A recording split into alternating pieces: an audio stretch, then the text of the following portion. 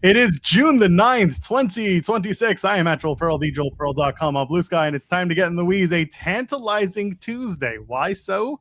I don't know. I just looked for T words, and tantalizing looked the most sexy of the rest.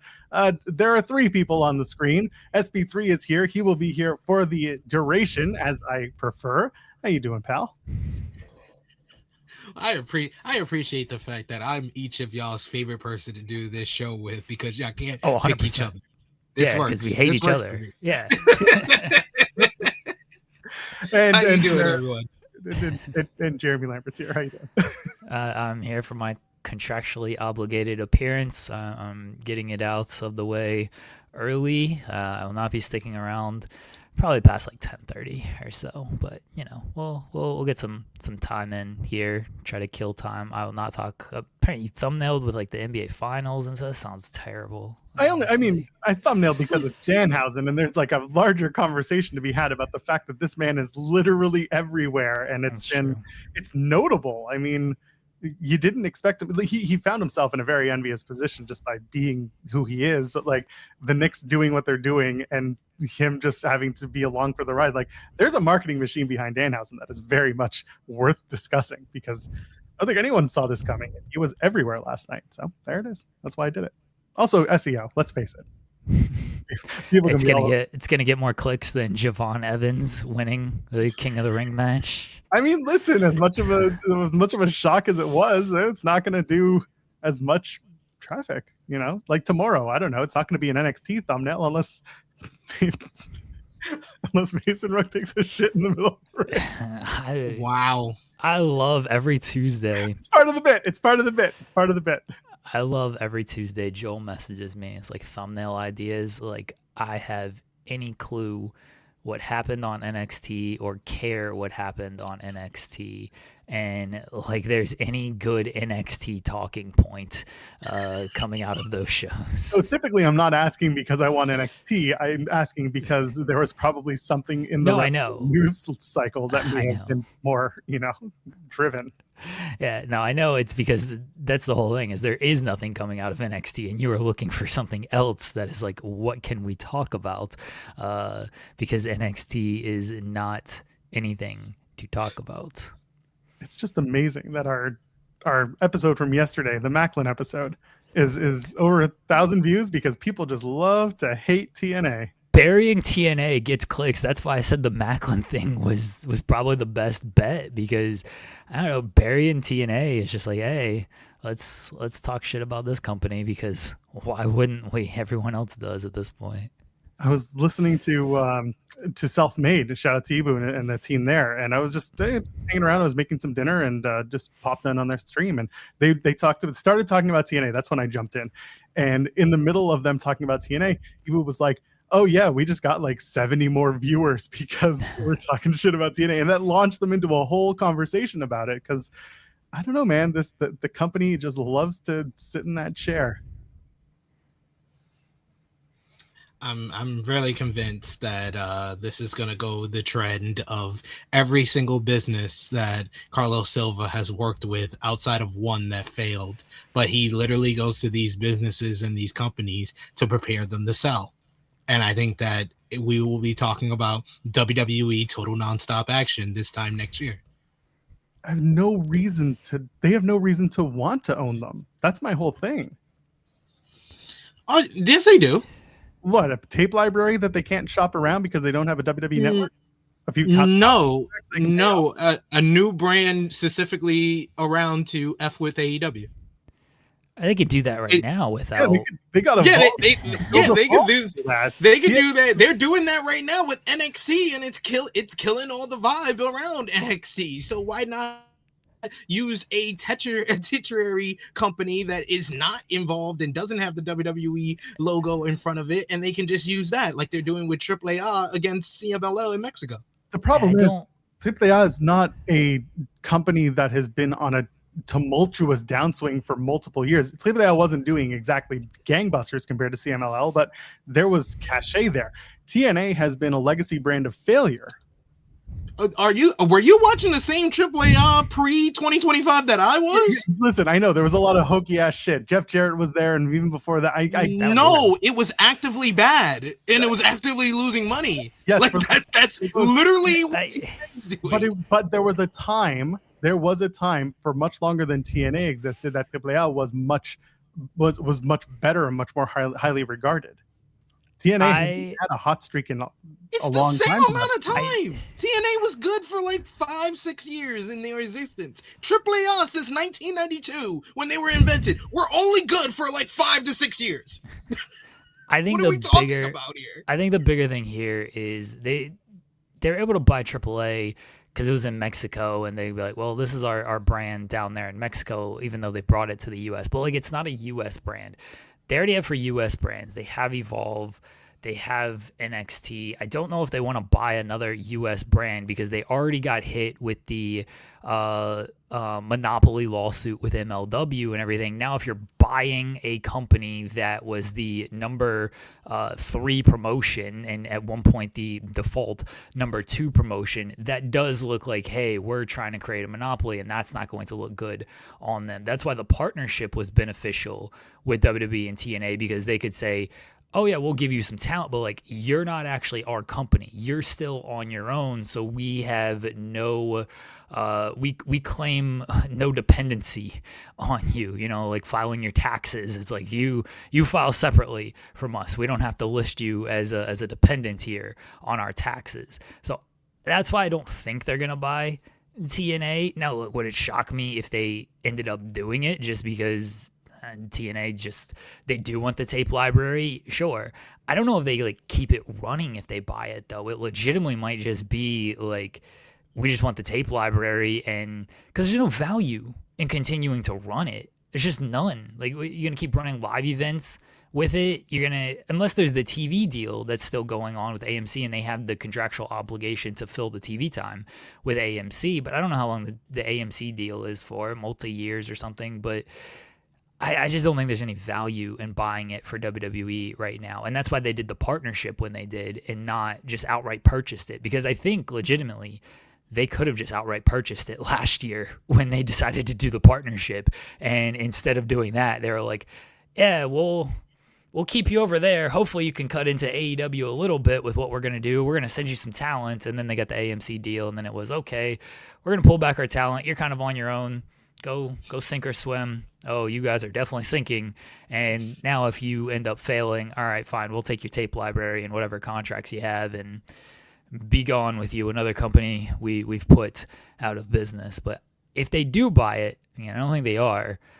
I don't think they're keeping it around to run it. I've always put it plainly with that partnership. It was free looks at talent. You're going to run it like WCW.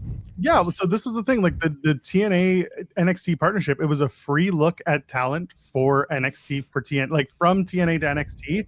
It was WWE being like, we like this guy. They got Jordan Grace, they got Joe Hendry, they're going to get Mike Santana. They got free looks at people that they wanted. And then on the NXT side, it's like, okay, we're going to send people who clearly need a little bit more and can get a TV a TV show that's taped and get it under their belt. They'll get a little bit of experience, and that's what they get talent-wise. And then in terms of other exchange, like, there wasn't much. Yeah, they had a lot of integration, but like, it wasn't. You could tell who was important and who wasn't. Take the stupid invasion thing. Yeah, stupid. Deal with it. They had nothing for WWE talent and Frankie Kazarian.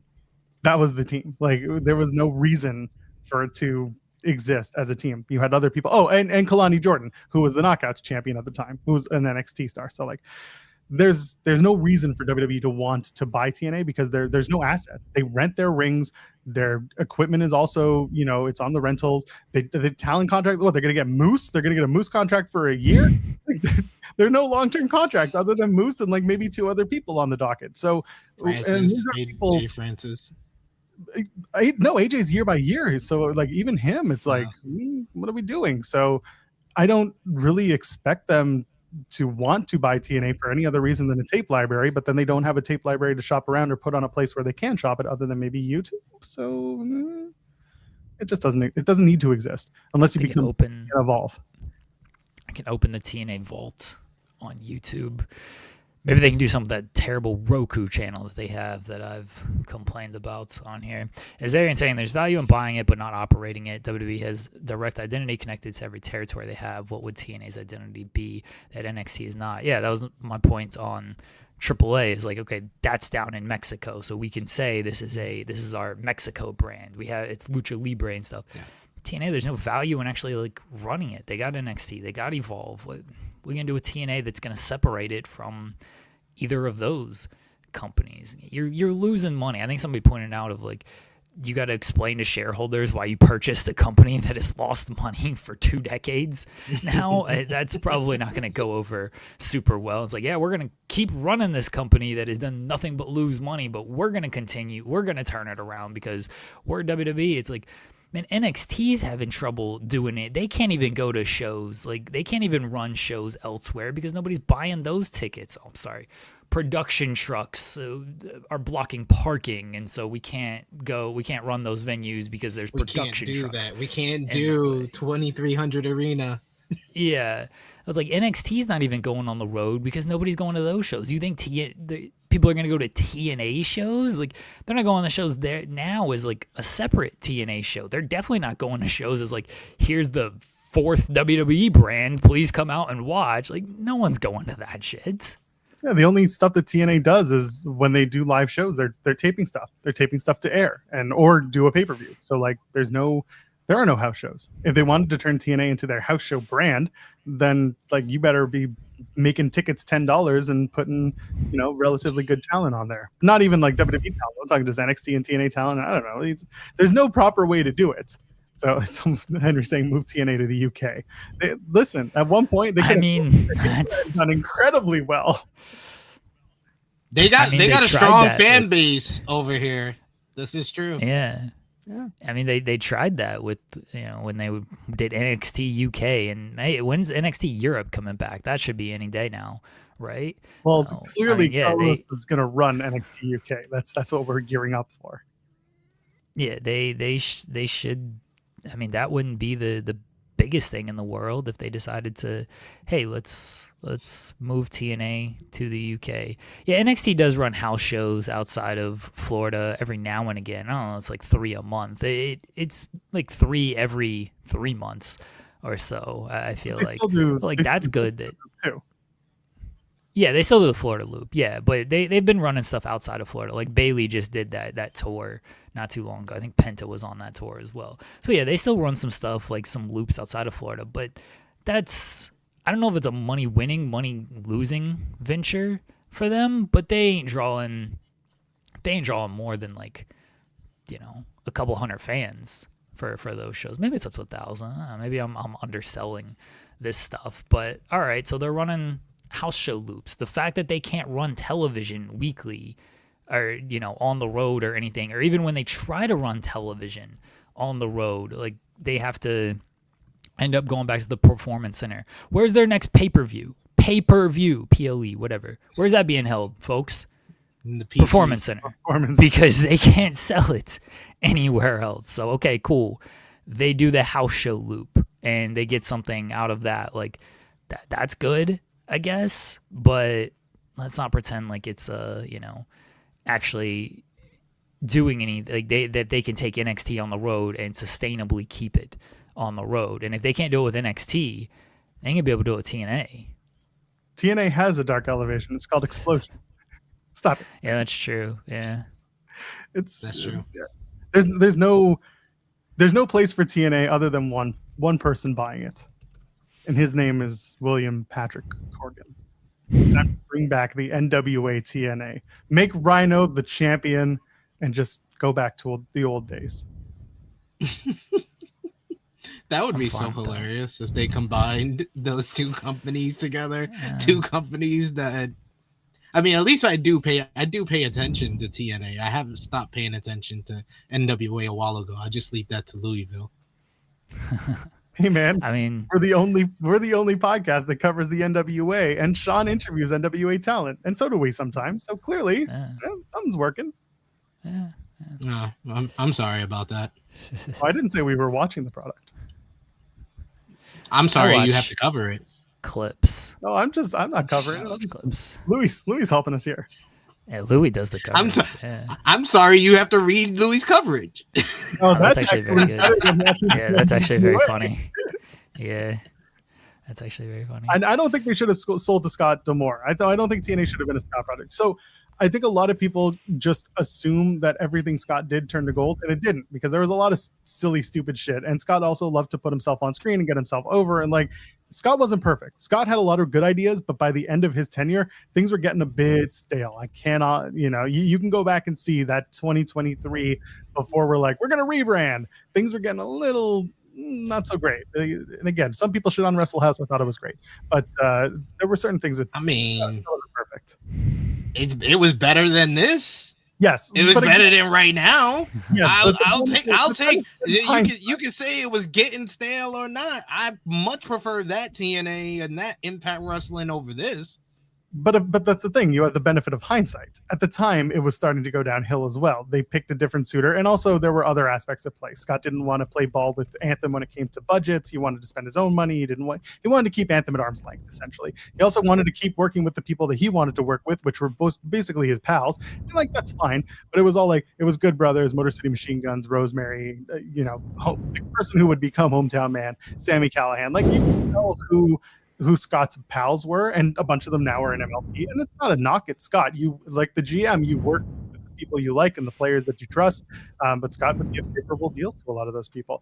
Talent did seem happier, but Talent were also happy with the idea that they could grow into being a bigger, better product. They thought they were going to get that with Carlos too. And they were happy with Carlos at first, and then they realized that Carlos is just a cardboard standout with on a chair. Which chair is it? You'll have to find out. Macklin will tell you. Yeah, 17 minutes into the video, why don't you leave a thumbs up? Because these are the conversations that you get, whether there's 3 of us, 2 of us, or just 1 of us because someone's internet dies. We're still here 5 days a week, 10 a.m. Eastern until God knows when, at least noon Eastern. There's plenty to discuss. That's what we do, and that's what we do. And on top of that, I didn't actually change it to the 3-person banner, but that's just me. You can also subscribe to the channel here at Fightful Over Books. I've got an interview with Fresh Air for Mystery Wrestling coming out very soon. Very excited to drop that. Finally did the edits to it and got it uploaded, so that'll be dropping eventually. I'll let you know when. And while you're at it, you can donate a super chat. Any amount, get your question or your statement read on the air. Supports the people on this channel who put on the fantastical shows that you get to see, whether that's Thursday night with Jeremy and Steven Jensen doing the spotlight, or if it's Fridays coexisting with Rob and Maggie, or if it's Sundays with JPJ and Collins going coast to coast. So check that out. And of course, we're here, we're clear, and we want to be your friend. Not like the parasocial weird friend, but like we want to be your friend in your ears for those. I don't want to be any of these people's friends. Wow. Just making our people feel terrible. Well, sorry. No, don't be sorry. Yeah, so Jimmy Jacobs was another big part of the overhaul of Impact in 2016. That was another part of it. And then Jacobs left because he was burnt out. And then he went to AEW, and then he got burnt out. Then he came back, and he got burnt out. I love Jimmy Jacobs, but every time Jimmy comes back, Jimmy burns out. Fair. Yes. Understandable. Yes. I can appreciate someone who recognizes when they get burnt out and they're like, I got to step away. Well, can't relate, but I can appreciate. Someone saying, stay out of my ear. Damn it. I get it, Ron. I get it. I do. Anyway. Okay. I'm going to leave here in a second, but we do something like this at the end of the show. But SP3, I assume you didn't watch yesterday's show because you have better things to do, which is very smart with your time. Did you see the Clash of Territories game that we played yesterday? I've been playing that. Oh, you've been playing Clash of Territories? Yeah. Oh, okay. All right, we're gonna play. I knew about that before 82-0. They I thought it just came out. What? I think they're aware of us because are they followed me on Twitter yesterday. Oh, okay. So I don't know if they actually sent a message that I can't see, but yes, they did. They're familiar with us. Oh, okay. Well, we're gonna play it. All right. Well, they're good. I like them. Okay. All right. Sounds fun. Screen. They did update that main eventers game I saw and made it a little bit better, but I still prefer Clash of Territories. Fair. All right, oh yeah, all about main eventers. Main eventers is like you pick cage matches, or like you pick matches, but it's a lot of it's based on like cage match ratings. They did add a lot of stuff. Maybe we'll play it one time since SP3 hasn't played it, and they did again do the updates to make it like a little bit more difficult, which will be good. All right, we'll play Clash of Territories real quick. Die Hard mode as usual. All right, let's see what Booker we get. Oh God, Vince Russo. Oh, Harlem. Yeah, it's just steal the headphones. I love how she just comes in and just takes them. How are you, Harlem? Say hi to Jeremy and Joel. Don't say hi to Joel. A piggy bottle. She's a bottle. Oh, bottle. Okay. You have a piggy bottle. It's for Piggy the piggy. You don't have It's a for pig. the pigs. Oh, Nice. I have a piggy. Dog She has a pig. toy. Jesus, don't question her, SP3. My bad. Punch him, Harlem. Okay. Love you. Nappy, I wanted to steal. Stop Nah, stealing. Stop being a thief. get him, Harlem. What was she stealing? She was stealing candy. I respect it. I love how she just comes in and like snatches the headphones off of you. She's like, these are mine now. Rules. What's it like raising a kleptomaniac? She literally, when she was out with my missus, because she watches this show called Bing, and Bing does stuff like steal. And she was out with my missus one day, and they were at a store, and she said, "What's this episode of Harlem World's called?" And my missus was like, "I don't know." She was like, "Stealing," and then she grabbed something off the shelves and started leaving with it before she stopped her. Jeez. Rules. All right, so we have Vince Russo. So we have to book like Vince Russo. Oh, I'm gonna kill this. Yeah. This is gonna be great. You're right up your alley. Yeah, I love Vince Russo. He wants personality, swerves, and athletes who can keep the crowd reacting. The more unpredictable the pairing, the better. All right. Opening match. We have The Miz. Who would Vince Russo completely like hate? Oh, he'd love Matt Morgan. He would. He would. He would. That seems right up his alley, He especially hated Matt Morgan in TNA. He hated Yeah. Canyon. He did hate Canyon. Who better? Matt Morgan against Jeff Jarrett. What a match. Oh, Jeff That's Jarrett's right up in the his main alley. event. Jeff Jarrett's in the main event. Nah, we opener, baby. And then he might main event as well. opener. Because this Yeah. is WWF Jeff Jarrett. This isn't Yeah. WCW or TNA Jeff Jarrett. Women's match. He wouldn't book any of these women's matches. He'd book Oksana. He'd book Oksana. Oksana or Taryn Terrell? I think Nia Jax would be more up his No, alley. Nia Jax? he'd make her into like this obnoxious, like call her a fat lady. It would be really bad. All right, we'll go Oksana. Yeah. Oh, he'd do the farting gimmick with Natalia. That's Yeah, true. Natalia. Doing Natalia. We'll go Oksana though for the babyface. The heel, Angelina Love, Elizabeth. Elizabeth The against heel? Oksana. This is Oh WWE. yeah, That heel. would be Yeah, awful. actually, That would be really bad, heel yeah. Elizabeth. Yeah, heel Elizabeth. Actually, Yeah, he would is like really that. good. All right, Yeah. tag team time. Ooh, Money Inc.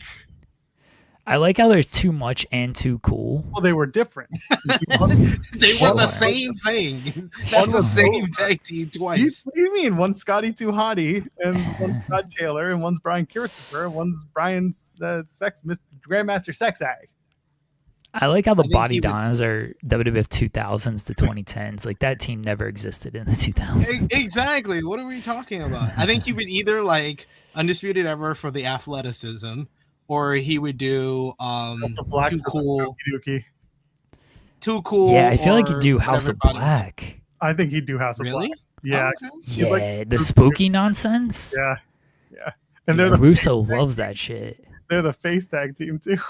Yeah. Oh, Ooh, I House guess- of Black against Dark Order. Oh, you've got Dark Order. I got America's Most Wanted. Yeah, I was gonna say America's Most Wanted. Okay, all right. the I'll go America's Freebirds. Most Wanted. Freebirds. All right, Oh, we'll we go could have America's done Most Wanted. Undisputed Era versus Red Dragon. That would have been perfect. Yeah, Not right. for Vince Russo. for a No, zero. that's not Russo booking. For Yeah, if we had Tony Khan. Khan, if Yeah. we had Tony Khan as the booker, that's definitely the way to go. All right, co-main Hornswoggle. event. Oh no, Viscera, dude. Oh, Viz or Yeah. Fale or Fale. Big Daddy V. Big Ooh, Daddy V. yeah, Or yeah, Smith V. babyface Vis. No, Ow. babyface Vis. Okay, let's do it. All right, against heel Roadkill Roadkill. Okay. or Kurgan. Oh no. Roadkill or Kurgan. Heel Hornswoggle. I would Oh, never Viscera watch against any of these Hornswoggle? matches, but this Yeah, is man, not he would funny. do this. He would do. Ooh, okay, yeah, Viscera against Hornswoggle. And, Okay. and it's the wrong dynamic here because Hornswoggle should be the babyface. This is perfect. Okay, all right. Main event. None of the, I mean, Solo Sikoa, none of these are like super fun. Randy's the only one, and that's it. Babyface Randy. Maybe Cactus Jack or Abby. I mean, Abdullah the Butcher would be a. No, let's put like S.A. Rios in the main event. Why are you picking like actual main eventers? That's dumb. All right, fine. Fine, Solo Sikoa. Let's go babyface. I think S.A. Russo would Rios. love Cactus Jack. All right, Cactus fine. Jack. Yeah. All right, babyface Cactus Jack against heel Scott Hall. Oh. That might be Not, interesting. yeah, okay, 80s, 90s, okay. Jeff Hardy. Heel Jeff Hardy, that would be amazing. Actually, Jeff Hardy Cactus Jack would probably be a whole lot of fun. Actually, yeah. The dynamic would Wasn't suck. wasn't Vince perfect match. working in 2010 in TNA? He loves heel Jeff Hardy. Yeah, all right, Yeah, we'll go let's do heel that. Jeff Hardy. I Okay, think that's a car crash main event. yeah. All right, who's winning? Jeff Jarrett's winning. All the heels are winning. Oh, This is Vince well, Russo. yeah, sure. Let's do Yeah, it. all the heels win. Ladder match between ladder Cactus Jack and Jeff Hardy. Ooh, or is it Yeah. a street fight? Oh, that's you're picking one of the other's specialty there. It's definitely not Okay. First Blood because those are. Hold on. Did you look at this storyline? Cactus Jack and Jeff Hardy were tag team partners, then enemies, then allies against management, all in the same month. Both quit on live television Tuesday. Both showed up Thursday. Nobody addressed the quitting. The match is happening regardless. Dude, let's do a ladder match. Pink slip on Yeah. a ladder. Yes. Yeah. Pink slip. Pink slip, Pink slip ladder ladder match. Okay. And Jeff Hardy wins. All the heels are winning. AEW match. This is dynasty. Vince Russo. Oh, 5.3. The crowd went home disappointed because the baby face. See, I told y'all. 800 in the warehouse at Nashville. Like, I mean, that makes sense. what did Bubba say? This is what happens when you don't respect the fundamentals. No flow, no heat, no logic. The territories would have never That's stood. perfect. It's That's true. I the want chaos Vince had Russo no on my- method behind it. There is no method behind Vince Russo's chaos. Yeah, chaos is chaos. Yeah. Imagine a Cactus Jack Jeff Hardy 35-minute ladder match. Oh my Jesus. God, 35 minutes? 35 Holy minutes. 14 minutes for Hornswoggle and Viscera. Oh my God. That's way too. They were just running around for 14 minutes. All right. I'm gonna take this off and I'm gonna put up main eventers. We'll do one on that one. Since SP3's not played main eventers yet. No. So this is more similar to 82-0 as far as how I gotta get the game. Except it's How, on cage like- match ratings instead of It's cage statistics. match ratings. It's like observer ratings. It's kind of stuff. I think I like would do good that. at this. Yeah, it's not. Oh, it's just main eventer. I kept typing main eventers. Yeah, it's not. Again, they made it more difficult, so which was good. Okay, there we go. So if you want to read that, we're gonna do insane mode, by the way, Okay. Let's do because it. that way, so when Joel and I played it yesterday, it was, although we got stuck with TNA in 2019, and that company had no screwed. good matches Yeah, we in got 2019. not good. But now they've added like TV, so you could be stuck with like a Raw episode in 2019 or like Raw in 2019 and trying to pick something from that, and you're fucked if you have something from there. So, all right. Yeah, and you can also try to do like the worst card of all time, which is always fun. All right, Yes. so we're gonna do insane mode on here. All right, so here we go. Let's see. We got Stardom 2019. Okay. Okay. That's something. So this would obviously be our women's match, or it could be our singles But yeah, so we could do this as a singles, a main event, or a women's. Probably women's. Okay. So these are the ratings on the side here. Yeah, those are the ratings on the side. Okay. Momo and Mayu. I was gonna say that's probably something that we all know of with these people. Yeah. With Stardom. And Kagetsu. Or Kagetsu. Mayu and Kanjutsu. Yeah, and Kagetsu. One of those two. Okay, sorry. Okay, we can do that. Main event or singles. Oh, we can't use that for women's. Should we go Momo and Mayu so we can use it as women's? I just don't know if we're gonna get like a better women's match than a Stardom match. Yeah, Yeah, it's sure. singles, not. Oh yeah. Okay, let's do Momo and Mayu Yeah, since we can use that as women's. There we go. Okay. Boom. AEW 2023. 2023. Oh, we're lit.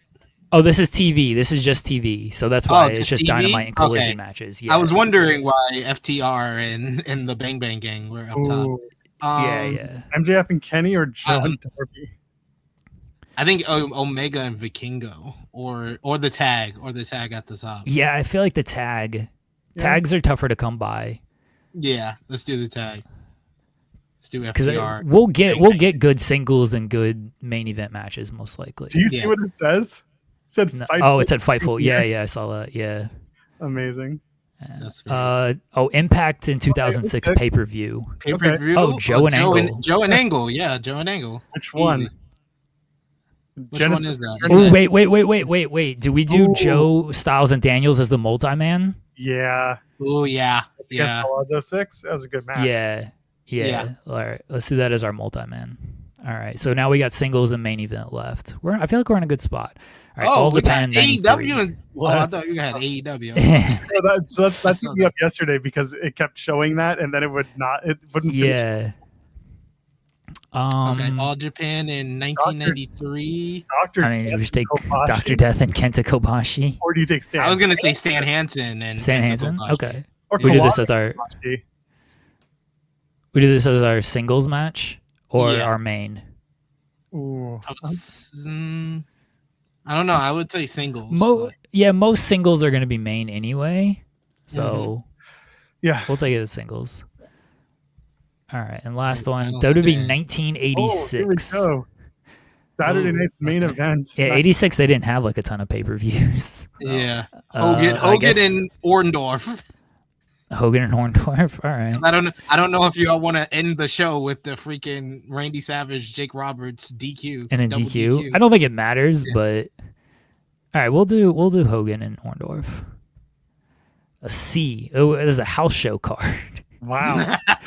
I think Hogan and Orndorff, kind of screwed us Yeah. because that wasn't rated very high. But like Savage and Jake Roberts wasn't rated very high either. So, that was a tough I one. might play this. This is Yeah, so it's maineventer.com. Yeah, if you Okay. play on insane mode, they updated it since we played it yesterday to actually make it like a little bit more fun and a little bit more challenging. So, all right, that's all from me, everybody. Do you Getting have out a of banner here. or a poll question? No, do it yourself, Joel. No. Do it. Bye, everybody. Take care, Jeremy. Bye, Jeremy. Well, he made the We'll miss most you. of that first 30 minutes, didn't he? He did. That was fun. Now what do we do? I'm gonna play that game. Yeah, no, we had fun doing it yesterday. There was enough to go by. It's when you get screwed in that the one that we just played. It's when you get screwed by that one match. It just completely takes out the opportunity to put together a good card. We were like, no, just It's like, God damn it. Impact 2019. And we're like, ah, shit. We're screwed now. Yeah, it's like there was a couple things, but like nothing here is going to be as good as the other stuff we got. So anyway, here we are. So hey, how was your weekend? My weekend was. What did I do this weekend? I gotta remember. Did- Well, I was on the Collision post show. Watched Collision. Collision was good. Then there was Sunday. Sunday was the Best of Super Juniors final, which I enjoyed. I enjoyed it way more than a lot of Western New Japan fans who seemed very upset that Yo won the Best of Super Juniors tournament, mainly because they weren't paying attention. It was quite obvious that was the story they were building to. But yeah, I think I had a pretty good weekend. How about yours? Hold on, who did most people think would win Best of the Super Juniors this year? I think most people wanted Kosei Fujita to win again. Okay. Win back-to-back years. But as soon as they made it the rematch from last year for the first time ever in Best of Super Juniors history, Yo and Fujita back-to-back finals, I knew that Yo was going to win this year because he lost last year. And because Yo is like the most over junior heavyweight since like probably Hiromu. I think like that's how popular he's become, and he had that crowd buzzing big time in Ottawa. Ottawa was shaking with the support. It was like a 90-10 support for Yo in response to Fujita, who did well for a guy who's only 23, 24 years old. He has so much poise, and he knows how to flip it on a dime, where he's been mostly a babyface, but a lot of this tournament he's had to play the heel, whether it was against Master Wato in Wato's hometown, whether it was against Dake Nagai on the last block night. He didn't really play heel, but he had to play more of the kind of the bully in the ring against his partner Robbie Eagles in the semifinals. But here he was great as the heel, kind of trying to be the antagonist against Yo. But Yo was a phenomenal performance by him, with him having all the callbacks to the Chaos members, and just him doing the Rainmaker, and then doing the Rainmaker, then going to the corner, doing the Bombaye for Shinsuke Nakamura. Just magical stuff in that main event of the Best of Super Juniors tournament. But it isn't unanimous that everybody loved it. The people in the building, it was unanimous that they loved that matchup. Myself and Japanese fans seem to have loved it, but there was a lot of Western fans who were not too pleased with Yo. They don't like Yo. Should have had Nick Wayne win everything, is what you're saying. No, not yet. Not yet. Nick Wayne got better. He was better this year than he was last year, and I thought he was really good last year, but he's showing that improvement. I wouldn't mind if Nick Wayne took like a tour in New Japan, because the fans seem to be kind of warming up to him more and more. Well, now he can come back to Ring of Honor and recapture his television title. Hopefully not. I like AR Fox as TV champion. AR Fox is doing well as TV champion. They shouldn't move away from that just yet. Not that Ring of Honor really has any plans in general, but at least if you're gonna put it on AR Fox, give him opportunities and maybe put him on Collision once in a while with it. So sure. I see. I think that's Kate on the Fightful account saying it was the right decision. I just am still not over the Show and Yo breakup all this time later. I get that, because I said this yesterday on our review on True Hill Heat that this was never supposed to be Yo. Yo was never supposed to be the guy. He's kind of like, to make a reference that probably the Western fans would know more from, like WWE, he is basically, and I'm not saying as a worker, I'm not saying character wise, but I'm just saying in a tag team that were coming up, and everybody was like, well, that guy's going to be the star of this tag team when this tag team breaks up. And then it's the other guy. It's basically the Miz and Morrison effect with Yo and Show. Show was always pegged to be the guy who's going to break out and be the face of the junior heavyweight division when Roppongi 3K were together. No one ever expect Yo to be that guy. Yo has been kind of always told that Show is the guy, you're kind of the other guy in the group. Yeah, you might come up and be a stalwart of the junior heavyweight division, but you're never going to be the guy who's the Best of Super Juniors a winner. You're never going to be the guy who's the IWGP junior heavyweight champion. And he's kind of been the nearly man all these years. He's been to 2 other finals before Sunday, where he lost to Hiromu Takahashi in 2021. He lost last year to Kosei Fujita. He's had like, I think, 6 challenges for the IWGP junior heavyweight division, and he's failed every single one of them. To a lot of New Japan fans, he's kind of like the junior heavyweight version of Hiroki Goto.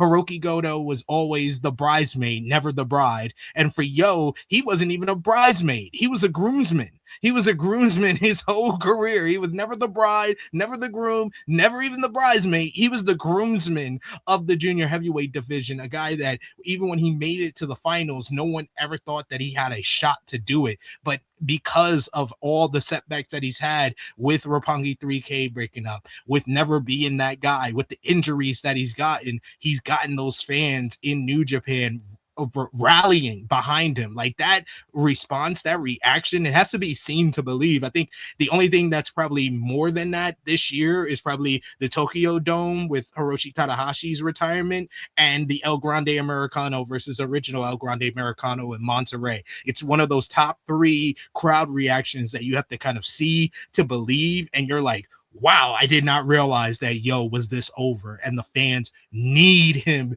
to win this. So him winning this and him getting the junior heavyweight championship matchup back on Dominion this coming Sunday for the first time since 2023. That's a big statement, and that shows you how much not only that the New Japan fans are behind Yo right now, but the company seems behind Yo right now. They got the semi-main event spot, which is a big spot because Dominion is going to air live on national TV in Japan. It's going to air the final 5 matches on that show, mainly because Aaron Wolf is on that show. You got Yota Tsuji going after the IWGP Heavyweight Championship against Caleb Newman, and Yo is a big part of that TV broadcast for Dominion, being in the semi-main event against Doki. It feels like all the stars have aligned, and Yo is finally going to win the big one. He won the big one on Sunday. Now he gets to win the title this coming Sunday.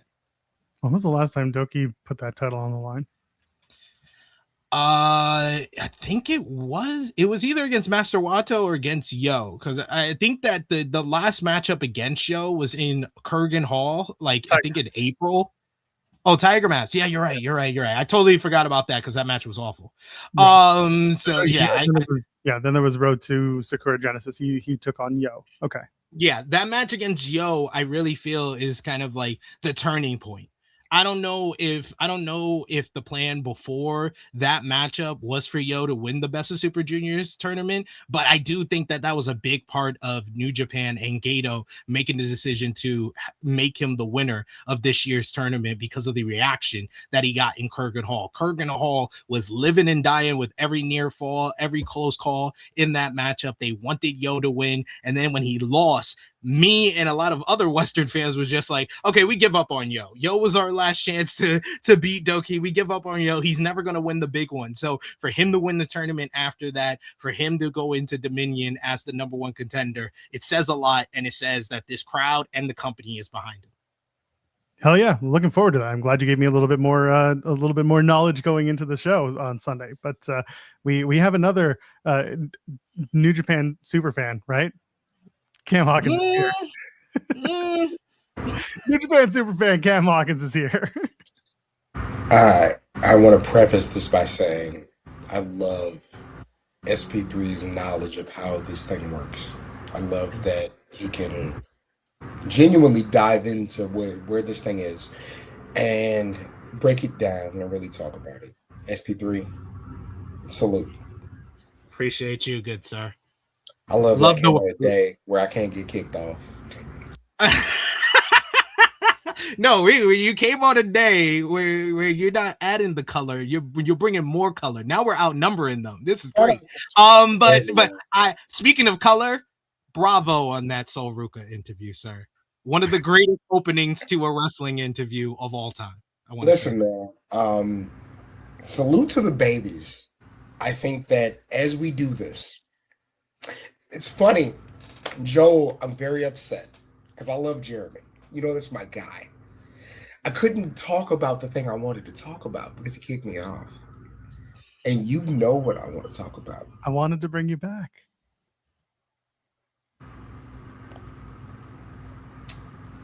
I love Matt Hardy. Genuinely. I think that he's the Beatles. No, wait. I didn't know that was where we're going. Let me talk. I think he's the Beatles. And listen, Jeremy, wherever you are, I love you to death. But Joel, I think I've told you this. Bruce Mitchell taught me a lot. And the most important thing he taught me was the Hardys are the Beatles. Matt Hardy is one of the most impressive wrestlers I've ever met. And what I mean by impressive is they're going to be able to make money the rest of their lives. I've said this. Randy Orton, Jeff Hardy, and somebody else, their superpower is looking like they used to look, and it's going to carry them forever. You know what I mean? And also Jeff, Matt's very nice. Jeff is the sweetest man you've ever met. Jeff thanked me and Travis Bryant for recording his podcast one time. Who does that, right?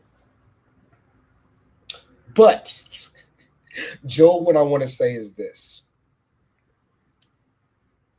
I went to go watch my Spurs on Friday night. They did not win the game, but I'm from Austin, Texas. So all of my friends know Mark Henry.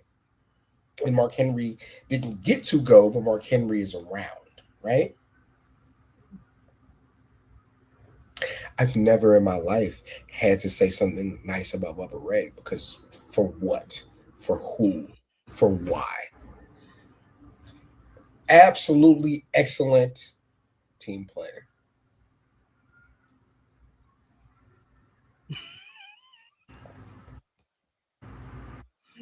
Very good at playing with the team. SP3. Well, you got to explain yourself. Don't you got to come on I will explain myself. SP3. on this show. You got to put on the accent too. SP3, you've done this for a long time, Joel. You've done this for a long time. Tell me 2 wrestlers who have ever told you that Bully Ray, what he told me, made this thing work for me. You can't name them. You're good at what you do, but you're not good for who you need to be good for.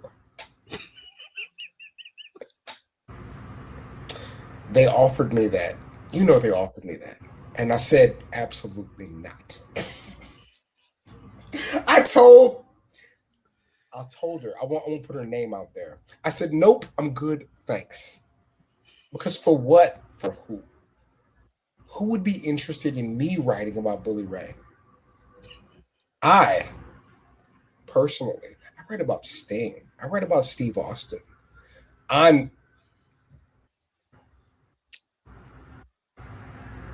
Nobody would care. But Devon, I'll talk to you, Big Dad. I'll talk to you. Your perspective is important, but not that other dude. Absolutely not. He's got kids in the business now too, so at least you got another perspective on top of everything else. And we love that. And we would love to talk to the kids, because that creates a new conversation. Nah, big dog. Nah. You're not who you think you are. Ever. You've never been that guy. But anyway, the Trump jinx. So let me talk to the chat real quick, because the chat's always very good to me. If you want to talk about this week, let's talk about this week. The Sol Ruka thing, that's coming. I'm doing the BRP story on the New Day. And I want to spoil it for y'all, because it's not a big community, but y'all knowing about it is cooler than anybody. So, when Black Wrestling reached out to me to write about the New Day, I said, how can I do this thing in a different way that's never been done? Danny O'Ryan is writing the Xavier Woods forward. LVJ is writing the Kofi Kingston forward. Brick Savage is writing the Big E forward. Kevin Knight is writing the New Day forward. Hell yeah. I'm better at this thing than anybody's ever been. I'm not saying it to brag. I'm saying it because I want more people to want this thing. We went to a show on Sunday, and I told those kids at the show, people need to know that you're more than wrestlers. People need to know that you're people. And Joel, you and I have had side conversations. The thing I want most in the world is to be second or third best. I want somebody to really want this and to want to tell the stories in the way they should be told. It's the thing I want most in the world. And again, SP3, I know how much you care about this. I know your dedication to this. You be in England, so it's dumb shit. But Hey, I got a 5-hour difference, man. I don't want to be in New York right now. Look at my headline. The city's gonna burn down, win or lose. But you know what I mean. I think that we have an opportunity to. Okay, I have to go back to work, but I don't like how Matt treated you, Joe. Because I love Matt. I think Matt's incredible, but I think that I understand why he took it personally. I get it. I do. My whole thing is this. The way the two of them, Matt and Jeff, treated me, they've always been good to me.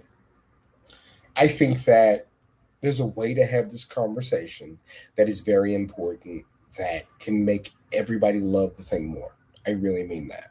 And we just got to work together. We just do. But also, Joel, you are a bigger man than me. I don't know what is going on with people at any given point of a day.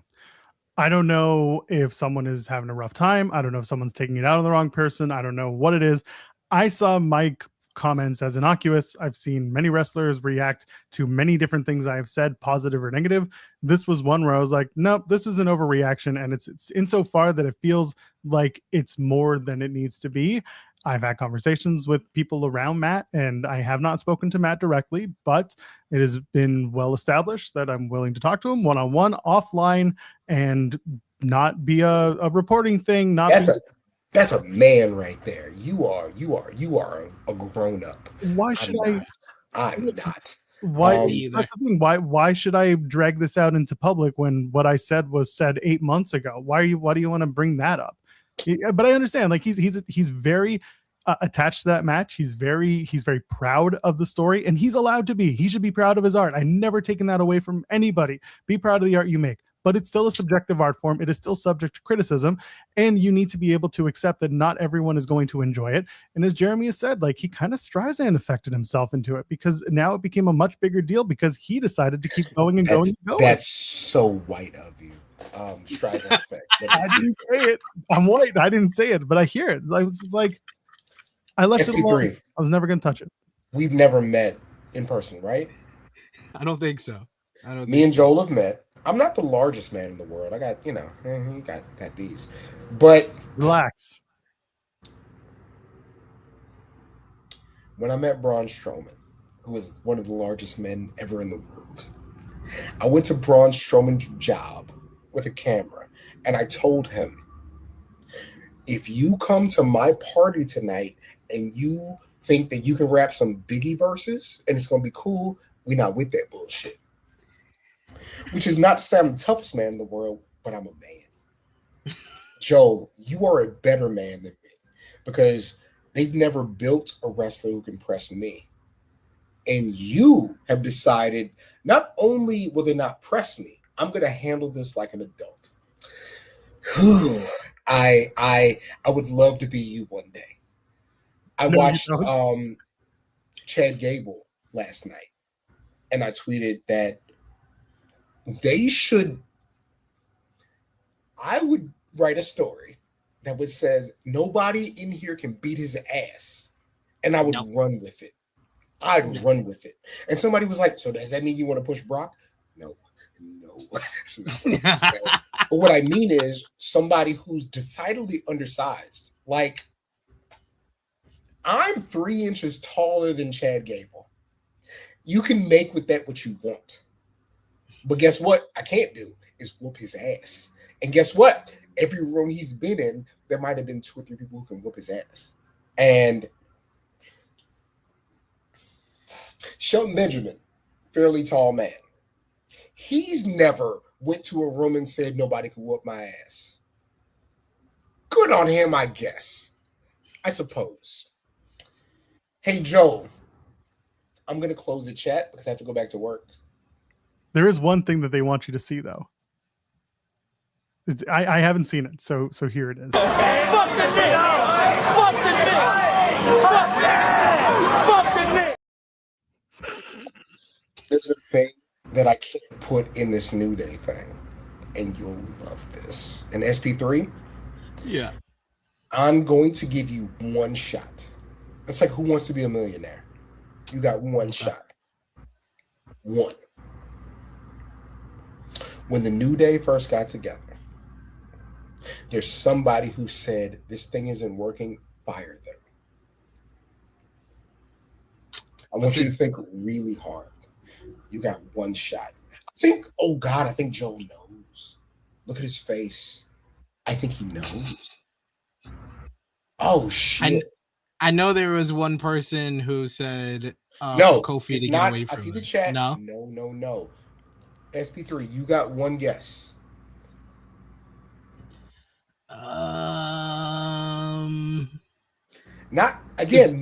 Let's figure this out. No, let's fire them because this thing isn't working. I thought it was Big Show, but I don't know if it's him. Who would be emotional enough to say that? Joel, you fucking know. Oh my God. Who told you? Enough. Matt Hardy. It's so juicy. Pause. But I love the both of you. Joel, happy belated birthday. SP3, you're my man. 100 grand.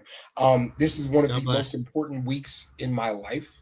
Genuinely. The things I feel like I'm putting together this week, it matters a lot to me. And so I hope it all works out. But Joel, fucking text me. You know. Oh my God. Tell SP3. But yes, tell me in the private chat. No, SP3. If you ever fucking say it, I'll come to England and it'll be Hey, I'll be in New York. You meet me there. I'll be in New York soon. They don't let me carry guns there. I got the biggins, baby. I got the biggins. I will put a hole through you. Pause. I was gonna say, come with your rugby jersey. My brothers, thank you so much. I am teasing the fuck out of you. This is why you watch the show. This is why you watch In the Weeds. So you never know when you're gonna get some cool shit. This is why you watch the show. My brothers, be safe. Thank you. One love. All right. Take care of yourself. Later. Oh, what a conversation. As always. I'm pretty sure that this was Kate saying that I need to bathe in Lake Reincarnation to see Matt Hardy's point of view. The thing is, I do. I did. Yeah. And again, the people I spoke with very much knew that I understood what was going on here or what could be going on here. And I was like, all right, well, we're going to just leave it alone. And that's what we have done. It's not on you. No, it's not on me. It wasn't on me. Again, subjective entertainment. You like what you like. I've been burying TNA for much worse. Exactly. So, I've been burying TNA longer than most. People came after me for the what was it? The MS comments that Ricochet made, right? And that was a whole thing. And to the point where Sean was like, you don't speak for the news team. I'm like, no, I know I don't. I gave my opinion on how it was covered, and people know how it was. The point of it being and then I also decided that I was going to finish it when I went to Dynasty, and I asked the question. I was like, you know what? If I'm going to put myself in this, I'm going to get myself out of this. And it was an important question to ask, and nobody asked it in the pre-calls, and nobody asked it when they had TK in an interview setting, which we kept track of, Jeremy and I. And it's the same thing. I care about accountability more than I care about the opinions of others. And if I'm going to do this right, and I'm going to do this in a way that I find to be as ethical as wrestling can be, which is not very ethical, but at least to the point where I can find respect in what I do, then I'm going to do it. Now I have no fucking idea what I'm going to do in Montreal in July, but we'll figure it out. We shall see. We shall see what happens. 3 shows to cover in 2 days, and no idea how I'm getting home yet. I got a book. God bless. Whatever. I guess we got to talk about. Raw, don't we? Yeah, we do. Or the thumbnail. I don't know if Oh, you yeah. want to talk about that more.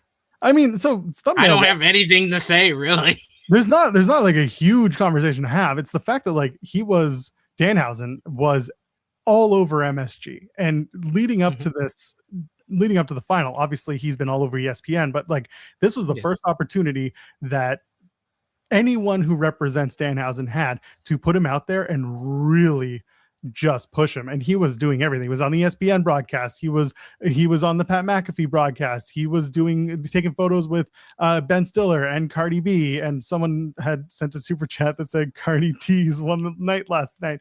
Relax, Kane Lake, relax. And he was everywhere. He was absolutely everywhere. And it's amazing to see, because I remember at one point, he obviously the debut and everyone was like, oh, he's screwed, he's going to be buried. It's like, no, they didn't really land it when they brought him out of a big crate in Chicago, but everything that they've done afterwards has been in service of Danhausen and not to the detriment. Every time we think that they're going to overexpose him, something happens and they just find a way to keep him relevant. It's actually impressive in a lot of ways, whether that's coming from the WWE side of things, the TKO side of things, or from his own management that he has procured. It's amazing. And I know, like, I don't want to be all weird and tribalistic, but it's like, sometimes you do wonder. It's like, I wonder if Tony is feeling a little silly about not capitalizing on the potential of Danhausen as a not necessarily a character, but as an ambassador. But also on the other side of things, Danhausen, his character was not indicative of AEW's presentation of professional wrestling. So I could also understand why maybe Tony was like, good for him. He wasn't going to do it, the way that we want to present it. So it's just really cool to see what success Danhausen has found with the right kind of pieces in place, and a lot of luck with the Knicks stuff. Well, to answer your whole thing, no, I don't think that Tony is kicking himself for the whole Danhausen thing, because this never would have happened underneath AEW and Tony Khan. It can only happen in WWE. And this is why on February 28th, about 2 hours before Elimination Chamber, I'm keeping on a gimmick that I've been doing over the last couple of weeks, where I have a post that I read out, that I put on Twitter, and some of the most idiotic responses that I gotten. So I'm going all the way back to February, when I posted before Elimination Chamber, when it was quite clear after, our great Sean Rossap put out the report that Danhausen was most likely the person inside the box. I put out this tweet, and this tweet got a lot of responses from it. It's been viewed 46,000 times. Danhausen is entertaining, charismatic, and an undeniable merchandise mover. While he is all of those things, his character wasn't ideal for what AEW tries to offer to their fan base. He was born to be a WWE superstar, and I am ready to be happy for him.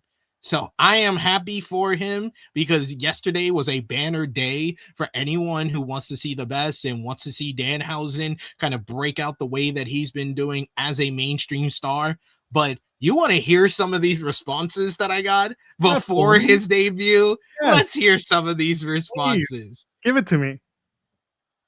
I'm trying to pick a good one here. I disagree. I think his shtick is very low rent and is more suited for a GCW. WWE just wants him because he was in AEW. Low rent? In what? I've seen that man give you callbacks to things that you won't even notice. The way he portrays his character, you on low rent? That's this man dumb. I'm assuming man. I'm sorry. I'm gonna assume gender here. Dumb take. Continue. Totally disagree. This will be a team move version of Danhausen. I don't believe ESPN Disney wants to promote the authentic version of this character. This is hilarious. I wasn't expecting this one. I don't believe ESPN/Disney wants to promote the authentic version of this character.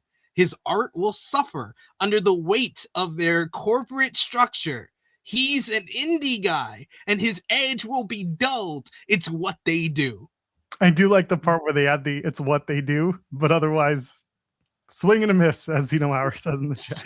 Definitely a swing and a miss, because like I'm laughing because I don't believe ESPN/Disney wants to promote the authentic version of this character. And what edge did Danhausen have before WWE? This is someone who did not know who Danhausen was, obviously. This is someone who knew Danhausen when he was Donovan Danhausen, like deathmatch wrestler. And then just skipped over the 5 years where he got super popular doing the gimmick he does now. And for that, amazing. I got another one. Nah, he was just annoying to see. Pretty cringe, which is also why I think he fits in with WWE. I mean, when did you see him?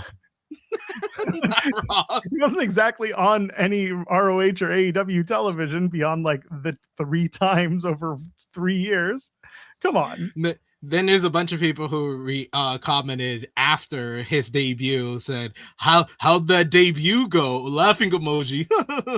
You gotta hit him up now and just be like, how's that going now? Then there's and they fucking booed him. Laughing emojis. Then there is that's right. Appeal to that 10-year-old crowd. LOL. Yeah, there's a bunch of 10-year-olds watching ESPN, I'm sure. Yeah. They really know the Svengoolie account. That's right. Then we got, sadly, you might be alone because everyone is trashing this. No, I think the only one alone is the guy who commented. By which I mean in life, because they can't procure a date. This is just funny. It's funny to look back on all of this. So I know you don't always love Zeno Hour, but this is perfect. Just respond to the tweets with update. I might do that. I haven't looked at this post since like March 1st. This is hilarious. Oh man. No, this is a good one. Other way around on your dumb post. WWE 0 chance. Snarky. Very snarky. I love it. Then there was another one after his debut. He went over like a lead balloon, and now he gets the loudest reactions every time he's out, and he's a crossover star. You gotta love how all this is turned around. Then there is, this guy just genuinely can't get his humor over in the ring. He had a decent run being an annoying guy that bothers real wrestlers, but it seemingly went to his head. Went to his head? The man didn't have any money to go to his head with this gimmick. What are you talking about? I mean, he could go to his head now if he wanted to, but like, amazing. It's amazing the projection of people's success. That's my favorite part of this. Then there is someone who's quoting my tweet and saying, Danhausen is entertaining. Jobbers are not entertaining, LOL. You probably enjoy paint dry too. Do you enjoy paint drying? No, not really. I prefer Danhausen. Yeah. This is one of the funniest tweets to look back on. It's got like 100 different comments. It's hilarious. Then there is, this clown doesn't fit WWE at all and is such a waste of hype and a crate. This clown fits WWE exactly the way it is because he's a clown. He's a clown who can actually wrestle too. So like, this has always been my favorite thing against people knocking Danhausen.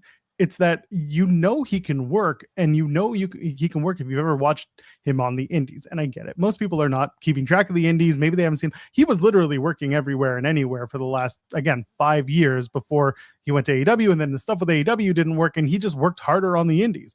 The man never stopped being a good wrestler, but he also continued to be a great entertainer and learning how to be a great entertainer. And it's amazing that people don't see that he can work. And he can work. And it's, again, that's why I give a lot of respect to a guy like Danhausen, because also like very minimal, very limited interactions have always been very nice. And it's always been like a, hi, how are you? Good to see you. Or just, how things going. It's good. Hope you're doing well type of thing. Hope family's good. But it's never, we've never had a full dialogue. I'd love to, obviously I'd love to. I don't think in this lifetime I'm going to at this point because he's so friggin' massive. But no, I have a lot of respect for him because of the work that he's put in and the fruits of his labor at this point. It's crazy. Last few ones I'll put here. That's a lot of words just to say cornball. Then there is he's corny too. Exactly. Then there is yet got no pop, got silence, and then got booed. I've watched him since ROH. He's boring and sucks. Since ROH. I mean, I'm hoping he means ROH before. Yeah. Before and then there is, I don't think he deserves to be in WWE, honestly. And I have a hard time believing that he will make it in WWE. Serves. And then the last one, I won't say the exact tweet. I will just say, they said, this is to me, you are something that rhymes with jetarded. Woof. Yes. That's you want low rent. That is exactly it. That's yes. I'm like, I see some people in the chat are just like, he's fine, or you don't like his gimmick. That's fine, but at least you react like a normal human being. You understand that, like, maybe it's not for you, but it is for someone. There are plenty of gimmicks in wrestling that are not for me, but they're for someone. The way that SP3 and I like our wrestling are going to be different. But you know what? We talk about it because it's what you do. It's just very fun to watch people just bury shit for the sake of their own proclivities. It's so hilarious to me, especially that last one, where in no sense of way did I say in my tweet that this is for me. Like, this is for me. Like, Danhausen has something that is prototypically, if you've seen any of my content or you see me on this show, I'm not the guy that goes out of my way to be like, oh, this character is the greatest thing ever, or I like this bad stuff, or I like the fake teeth and all of that. But I am a ROH guy. I've grown up on ROH. I've told the story multiple times. It basically allowed me to continue being a wrestling fan when I got to high school. When I discovered Ring of Honor, it was like, okay, I still like wrestling. I just don't like what WWE is doing right now. So that's the ROH is something that if I see someone and I first saw them in ROH, yeah, I will have some type of fandom to them and I will find something that I like about it. And everything that I said is what I like about Danhausen, is that he is effortlessly entertaining. He's a merchandise draw, which being a draw and drawing money to whatever company you're in, that is a quality that I admire so much in the wrestling business. It's a wrestling business. It's an art form, but it's also a business. And I can appreciate that from any performer. So yes, I'm not like the biggest fan of Danhausen. You're not going to see me going out of my way to get a Danhausen You Are Cursed shirt. I'm not going to go outside of 34th Street in Madison Square Garden and get my Danhausen Knicks hat. I'm not a Knicks fan, and I'm not that big of a Danhausen fan. I don't have a Danhausen mask at home hiding somewhere, but there are things about Danhausen that you have to admire, you have to appreciate, and understand that this guy gets the business more than a lot of other people. And he has translated so tremendously well that makes all the tweets that I read out look like they are idiots. So, and you know who you can thank for Danhausen's success? Conan O'Brien. You're welcome. Or I guess Danhausen says thank you, and Conan says you're welcome. Conan gave him props when he signed with WWE. It was actually very nice. It was a nice little thing. Yeah, SP3 is a big fake fan. That's right. Fake ass fan is wacht. I'm hearing. Thank you. Yeah, I'll go for it. It's true. Hookhausen. We all wanted it and we all got it. Look at Hook now. Hey, I was a fan of Hook before that. I know. That's just you're a big fan of Hook at the around 420s. Also true. Also true. That's right. Me and Hook go way back to 2021 Minnesota. Anyway, all of this to say, Danhausen, he's doing something right, and if the Knicks win, he's gonna take over New York. He's effectively going to be the assistant mayor. Mamdani's gonna be like, and welcome the new Mayor Hausen. And it's over, man. He's gonna get the key to the city. They're gonna take the letters off Trump Tower. It's gonna be Danhausen Tower. Like, it's game over, man. Well, actually, that one wouldn't be so bad. There's just yeah. At least he stayed awake through the entire game, so there's that. Hey, and that makes one of him in 45. What shall we talk about, Raw? It's time to talk about Raw, which actually, for once, it was a good episode of WWE television. I've rarely said that in 2026, so I have to compliment it. Yeah, I mean, obviously. So I think about this often, is when the reviewers are reviewing the show, does the fact that it's on at a reasonable time or even an earlier time, does that really affect our enjoyment of the show? Is it? Yes. Yeah, does it? Yes. But also, hopefully you put on a good show and at least makes something that's unbearable more bearable. Clash in Paris is a good example of this. Show itself, but like the crowd made it good, the time made it good. Those little things kind of built it up. But yes. I think in the case of last night's Raw, there was enough going on that moved stories forward and had a few surprises and a few good notable moments that I think Raw was a good episode last night, or like yesterday afternoon. Like I could probably tell, Kate, she does the Friday show, the SmackDown post show, and I'm sure I've been saying this on True Hill Heat the last this past week and previous European tour. SmackDown is usually awful. But when it's on in the afternoon, or for me, it's on at the time that it's usually on for y'all at like 8 p.m., 7 p.m. in the afternoon in the UK, it's like, this is an average or bad show.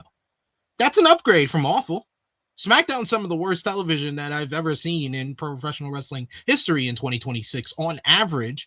But when it's in Europe, the crowds are into it. It makes it a little bit more enjoyable from that sense, because you can get the sense that the crowd is enjoying themselves, but it's not completely unwatchable.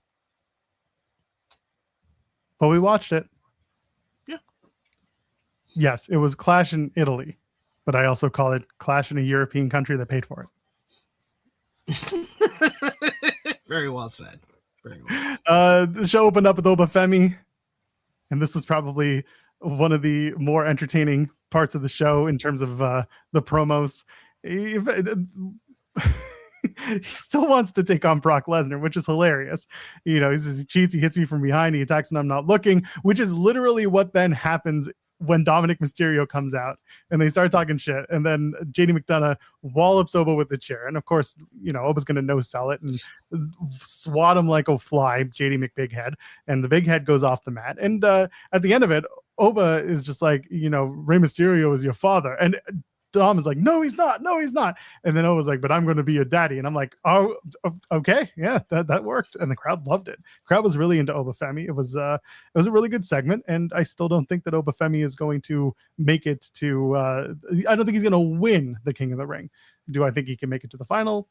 Yes. I think it should be a 5-minute squash match against Dominic, with Dominic running around the ring and people trying to get involved with the referee distracted. But Oba should win this one. Either way, this was a good segment. I liked it. Yeah, this was a opening segment that took less than 10 minutes. Oba Femi getting that reaction from that Paris crowd. He is just over like Rover. It's one of the biggest reactions every single week, especially with these European crowds. They absolutely love him. And if you were watching during the ad break, they even do an Oba strut cam for the fans, where the fans, if the camera's on you, you get to do the Oba Femi strut to it. And like, he feels like a guy on this card that should be in the main event scene, and they're doing all the right stuff right now, other than the Brock Lesnar loss at Clash in Italy, to kind of position him in that fact. I mean, him and Brock are going to have a third matchup. I don't know when that's going to happen, because at this point, it was really between him and someone else in the King of the Ring tournament, and now that someone else is eliminated, so it seems like the path is clear for Oba Femi to win the King of the Ring. But how are they going to do an Oba Femi versus, WWE champion or world heavyweight champion at SummerSlam, when that feels like the perfect spot for him to do the third matchup with Brock Lesnar. So I don't know how it's going to transpire, but I am interested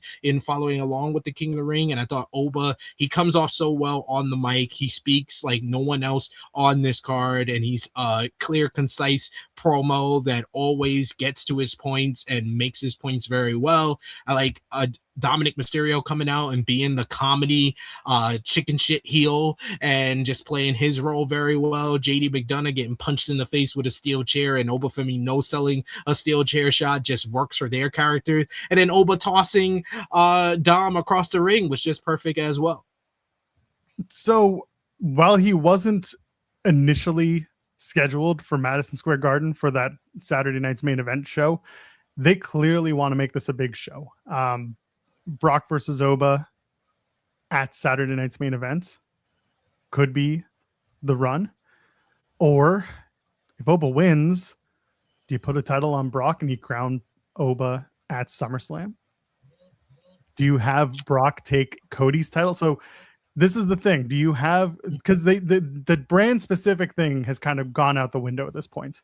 The winner faces the champion of their brand. Like they haven't really made as much reference to that. It feels like they walked that back. Do you have either Gunther wins the title and then Brock beats Gunther, but then you're dealing heel? It's like, how do you tell this story? Or is it still Gunther and Brock? Or do you do Oba versus Brock night 1 and that's one title match, and then Roman versus whoever for night 2, and that is, that's a big moment there. You do at that Saturday night's main event, you're going to have 4 matches that are going to be bigger than most Saturday night's main events because of the place they're at, because it's Fanatics Fest. Roman Reigns is being, advertised for Fanatics Fest, so you can maybe assume that he'll be part of that Saturday night's main event since he's in town. It'd feel a little silly for him to be there and not, have some sort of match or something at the show.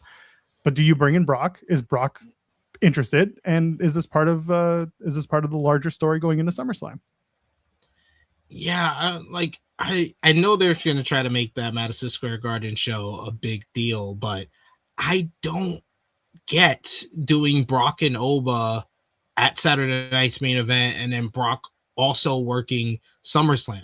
So that means that the blow off to this feud is not Oba retiring Brock, because Brock's going to do one more match at SummerSlam. So you basically are trying to basically have Oba retire him at WrestleMania, then he comes back, he avenges the loss, and then Oba gets his win back at Madison Square Garden, and then someone else is going to retire him at SummerSlam. Like, that to me doesn't even sound right, and it doesn't make a whole lot of sense. The ending to this rivalry, the ending to this series of matches that Oba and Brock should have, it should be Oba being the last guy to beat Brock Lesnar, because they built it up and they spent so much time with this story so far. For them to then change course and have someone like a Gunther or someone else face Brock at SummerSlam, that doesn't make a whole lot of sense to me.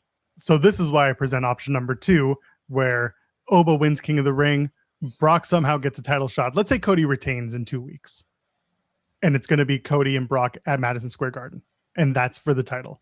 Brock squashes Cody, and then we're off to the races. It's going to be Oba versus Brock, and you got 3 weeks to do it. And it's for the title. You've already built that story up. You don't have to spend nearly as much time as you already have. So is that a play that you can get to? And then you really do crown Oba Femi and you make it title versus, you can't really make it title versus career, but Oba should say, if I beat you, you're gone for real this time, and I take that title.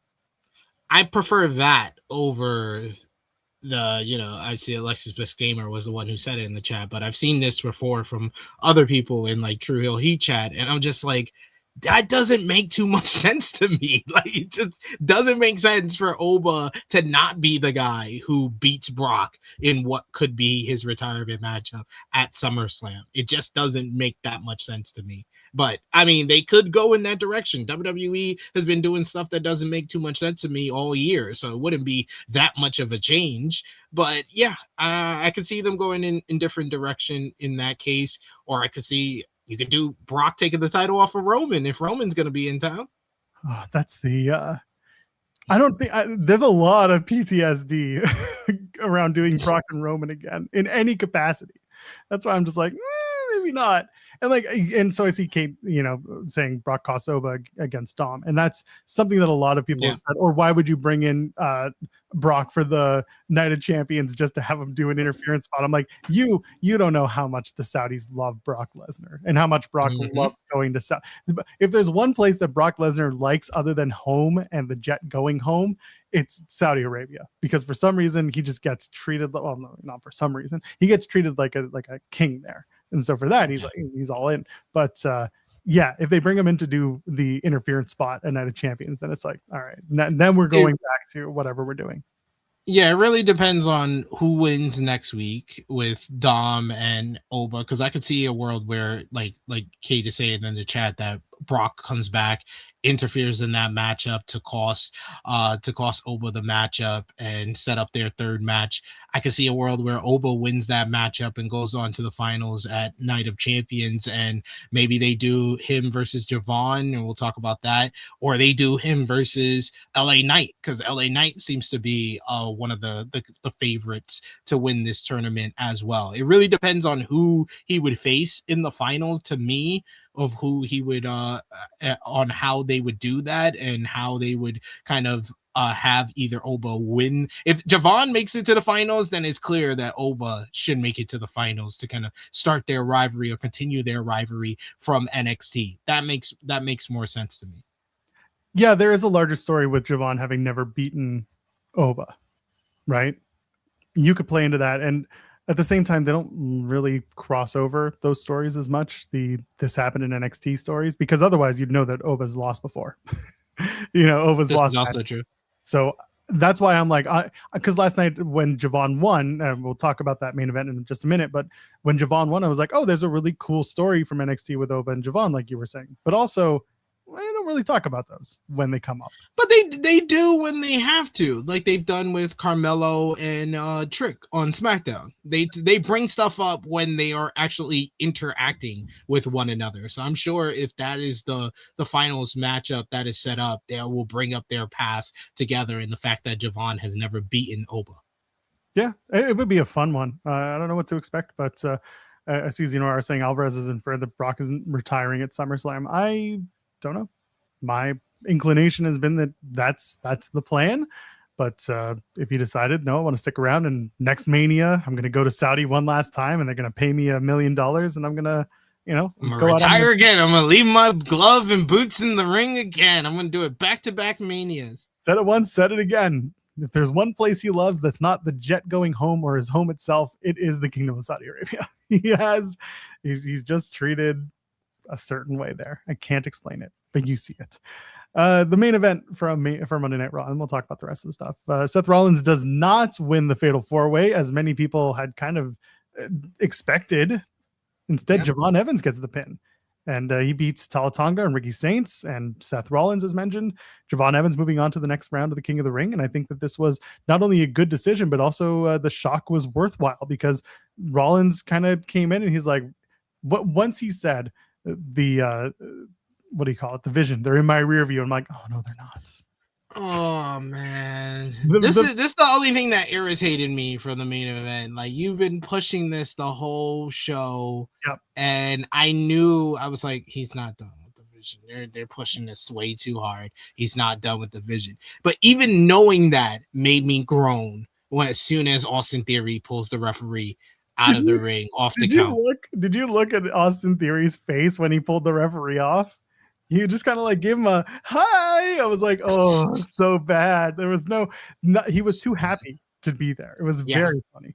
They're gonna. I was like, this sucks. We're continuing with this vision thing. What are we gonna do? Seth and Montez going after the World Tag Team Championships. And then we're going to do another match with Seth and Braun Breaker. We got to do a third match in this series, but really the fourth match overall. It's just like, dude, the last week felt so much like a blow off. You could have left it there and maybe continue it down the road when either Braun's a champion or Seth wins a title again, and then you could revisit all of that. But it just feels like, oh man, I was really hoping that he was serious, that this was over, because like Seth Rollins, despite him, being 40 years old and being a main event star for a long time, we don't have that much time left with him. If we're really being honest, we don't have that much time left with Roman Reigns. That's why I'm annoyed that we're still doing bloodline things again. But like, we don't have too much time with these guys. Why are we wasting time by having him still stuck in this group that has been dead for quite some time? I mean, the Roman Reigns side is because Roman only wants to work with his family. He told you. No, I get that. Yeah, I get that. That's one I get, and I'm just willing to accept and not really talk about it all that much. But I always go back to that WrestleMania 39 press conference where he's like, everything I do is in service of my family. I'm here to elevate my family and nothing else. And I'm like, all right, well, he's told you exactly what he's going to do, and that was the one non-kayfabe answer he gave you, and it's like, no, it wasn't. The other non-kayfabe answer from that same press conference that I've been referencing, exactly. They were dead ass. They were dead ass, but we didn't realize that innings meant years. Yes. We only in the 6th inning now. We only in the 6th inning of the bloodline. Which is amazing to think about. Dude, I do my Facebook memories once in a while, aka the oh my god, I can't believe I said that shit rewind. And the one that came up yesterday was I went to a Blue Jays game that went 18 innings, and the game started at 1 p.m. and it didn't finish until after 6 p.m. So like, I have lived that bloodline saga. Okay, that is 2 games worth. I've been through that. I get it. Oh man, I've been to so many Yankee games where I just like, especially if the game is at hand, I leave like 6th inning when they do the YMCA at Yankee Stadium. I'll just be like, all right, my time to go. It's my time to go. Unless it's a close game, and I'll stick around to the end. Because it's also because I have PTSD because I used to work at the old Yankee Stadium. And I used to have to stay to the end of the game to them count my register and make sure everything good. And then I could take some food home, some food that was already cooked, but we didn't sell. I would take that home. And then I would always hear as I'm walking out, start spreading the news. I'm in it today. So when I go to a game and like someone paid for my ticket or I paid for my ticket myself, I don't want to stay until I hear that song. I don't want to stay all the way to the head that I start. I have a little bit of PTSD, even though I sing along with Frank Sinatra every time I hear it. Oh, that's just because it's like Pavlov's dog. It's a Pavlovian response for you. Yeah. You got to do it. Yeah, it is. It is. Oh, yeah. I remember working a gig once, and it was the band sets up, and they're like, okay, you guys are going to start right after the Jays game. They're playing a Canada Day game. And I was like, okay, sounds good.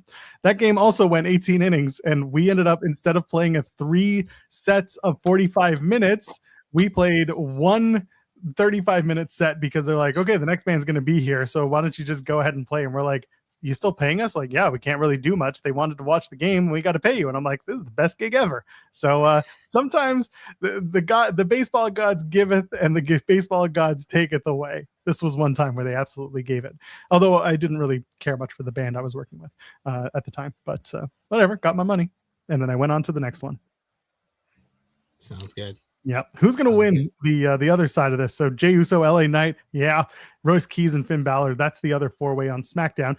LA Knight did come out and cut a promo and basically called Jey Uso a little bitch and said, I don't care about your family because your family's a little bitch. And then Jey Uso ran it back and LA Knight was like, you're a little bitch. And LA Knight still wants to be in the King of the Ring final and face Roman Reigns so he can call Roman Reigns a bitch to his face.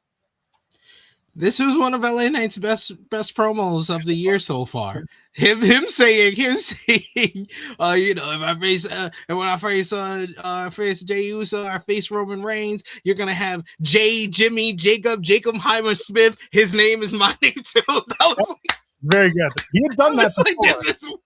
He's done that bit before. I know he has. Funny thing about that, his name is my name too. So good. He's so good. This was his best promo to me so far because he had, and it's also because he had a little bit more fire because of the person at the timekeeper's table messing up the mic toss to him, and he got pissed off and he made them do the mic toss again. So he had a little bit more fire. it is promo than usual. I enjoyed this promo segment. I thought that LA Knight was really good in it, and I thought that Jey Uso coming out and doing Jey Uso things. He's so serious right now that he has to run it back and he has to yeet some more because he hasn't been able to yeet in a couple of weeks. And then he says, "It's a warning shot." Pow! And I was like, Jimmy does it better. But yeah, Jay was gassed after that intro. He was just like heavy breathing, trying to get the words out. I'm like, you gotta stop. You gotta relax. Relax, dog. Relax. LA Knight was good here, and then he was like, I mean this from the bottom of my heart, from the top to bottom. Screw your family. I was like, this is the best that I've seen from LA Knight. It really has felt like LA Knight has kind of been lost in the shuffle, and he's talked about it himself that his lack of direction has kind of hurt his reaction from the fans. But the fans in Italy were into him. They gave him a great response when he came out. They booed the timekeeper when they messed up the mic toss, and he made him do it again, and he had the fire here. So this was probably the best segment that we've seen from LA Knight of the year so far. What was with everybody calling out Adam Pearce last night too? He's been on that for the last couple of weeks of calling out Adam Pearce. He told him last week that he had the one up, and I seen people saying that, oh, we're setting up LA Knight versus Adam Pearce. I was like, when will y'all learn? Y'all have said this for like 5 years now of different people. Y'all want to see Scrap Iron face. Scrap Iron ain't putting those boots back on. He ain't putting up the singlet with one strap up. He ain't doing that no more. It's over. He's done. Just like Nick Aldis. It's done. It's over. It's not happening. But of course, in the world of wrestling, you never say never. But no, you don't say it. It's just like the Jessica Carr thing I keep saying.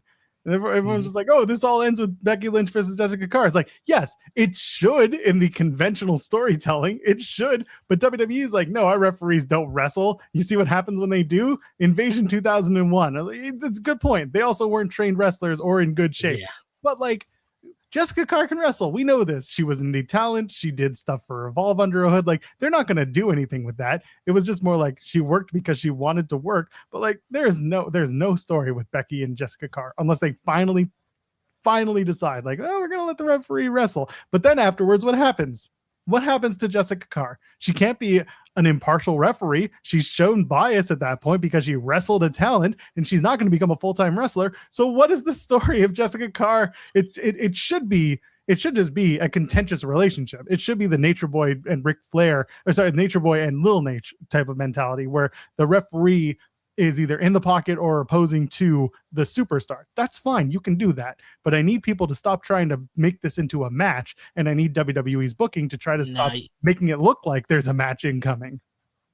Well, Little Nate and Rick, they were always on the same side. Yeah, that was their story. You mean Earl Hebner, Triple H? You can do Earl and Triple H. My point being, like, a referee in your pocket or a referee against you. You can tell those stories, and those stories exist, but you can't get people thinking that there's going to be a match between a referee and a talent because it doesn't work. Remember when everyone was going Aldis versus Pierce, and then everyone was going Aldis versus Randy Orton? It was like, we're not doing this. People just hate each other at work for a while. Things do change and they do evolve. But either way, him and Seth Rollins both shitting on Adam Pearce, specifically about how he treats Roman Reigns. That was like, yeah, because Adam Pearce has no leverage over Roman Reigns. No, because he's a bigger star than you guys. Yeah. I hate that I have to be the guy to say this, but Seth Rollins, LA Knight, Roman Reigns is a bigger star than you. I don't know if you realize this yet, but I'm here to tell you. I'm here to be honest with you. Not a lot of fans will be honest with y'all and let y'all know that Roman Reigns is running laps around y'all when it comes to star power.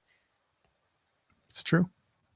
Penta and Rey Mysterio for the Intercontinental Championship was a very good match. You had 13 minutes. Great match. Yeah, this was the match of the night. This was one of the best Raw matches of the year so far for me. Yeah, it was great match. I still personally don't love the Mexican Destroyer being the finish for Penta. I like his. I like the Penta Driver better. I just think it's more impactful. I like the Penta Driver too, but I mean they've made it into a signature move, move that gets a big pop when someone kicks out of it. Boo! Stop kicking out of finishers. That's the point. It's not a finisher. It's a signature move. That's what it is. Made in Japan. It should be his finish. That's it, because it's such a better move. Anyway, it is a better move, but I mean, it's not his finishing move. It's never been his finishing move, if we're being honest. Just for that first month he was in WWE was his finisher move. Was he not doing the Penta Driver in AEW? He was doing the package power driver as his finisher. Yeah, they didn't let him do that there. No. For some reason I thought, because they wouldn't let him do the Penta Driver because that was the JML driver and that was Swerve's gimmick, so they weren't going to let him have the same. Yeah. Anyway, or at least you would assume, because sometimes the producers don't all talk to each other in any. No. To be fair, AEW has been like that, because Jamie Hayter used to do the Rainmaker as her finisher, as the Haterade, and now she doesn't do that. She does an arm trap lariat instead of the ripcord.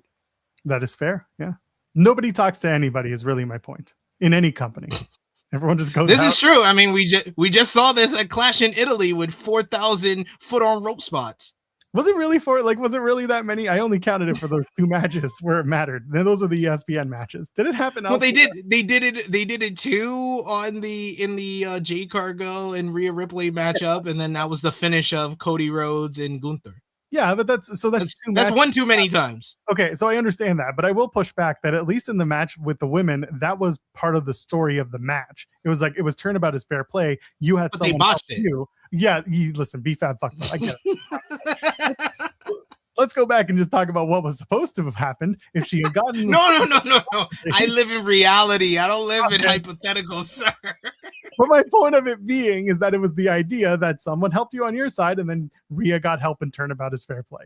That was the story of that particular match. And then the Gunther thing, yeah, it was to further. His was supposed to be foot under the rope, and then he got his leg up, and that got all messed up because someone decided to screw it up. But either way, it's interesting to me how a lot of people were like, it happened too many times. I'm like, it only happened those 2 matches, and I get it happened twice in one match, but I felt like it moved a story, or it moved a match story forward. To me, it made logical sense, but I understand the criticism about doing it in 2 matches in a row. That probably shouldn't happen. No. Anyway, the whole point of Penta and Mysterio is that Penta wins, and then out comes Ethan Page and Rusev. They jump everybody. They beat up everybody. They take Rey Mysterio's mask. Oh my God, the man has never been seen without his mask on ever in his life. Rey Mysterio couldn't believe it. And then Dragon Lee came out and made the save. But also, Chad Gable came out and made the save, more importantly, because he is on his redemption tour. That's right. The Lucha King himself, Chad Gable. He's back, and he's getting over, baby. With his old theme music. When I heard the first riff, threw me off. I was like, let's go. He's got that American Alpha theme music. Let's go. Long time Chad Gable mark here, and I was happy to hear the American Alpha theme music is back, baby. CFO in the house. Let's go. This was tremendous. Everything about this. The matchup, Rey is just so good. Ray's gonna go up there. He might be in that Blue Panther, Ultimo Guerrero, Ric Flair status as like some of the greatest 50-year-old wrestlers of all time. He's one of those guys that has just, he's timeless, and he's moving like he is not 51 years old, which he is. So it's crazy that he's able to do that. I did find it funny that WWE was talking about Penta being the future of Lucha Libre, or saying that they are 2 different generations of Lucha Libre when Penta's 41, which is kind of funny to me. But anyway, I thought these guys had great chemistry with one another, going back and forth. Love the near fall on the 619 into the drop in the dime.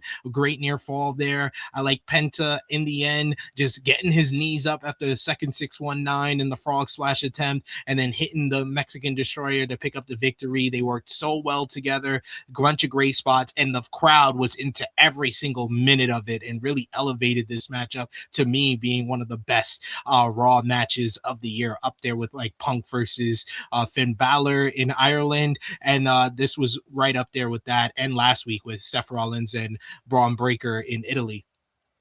Mind you, this all the European crowds have gotten the best matches on Monday Night Raw so far this year, but this one was great.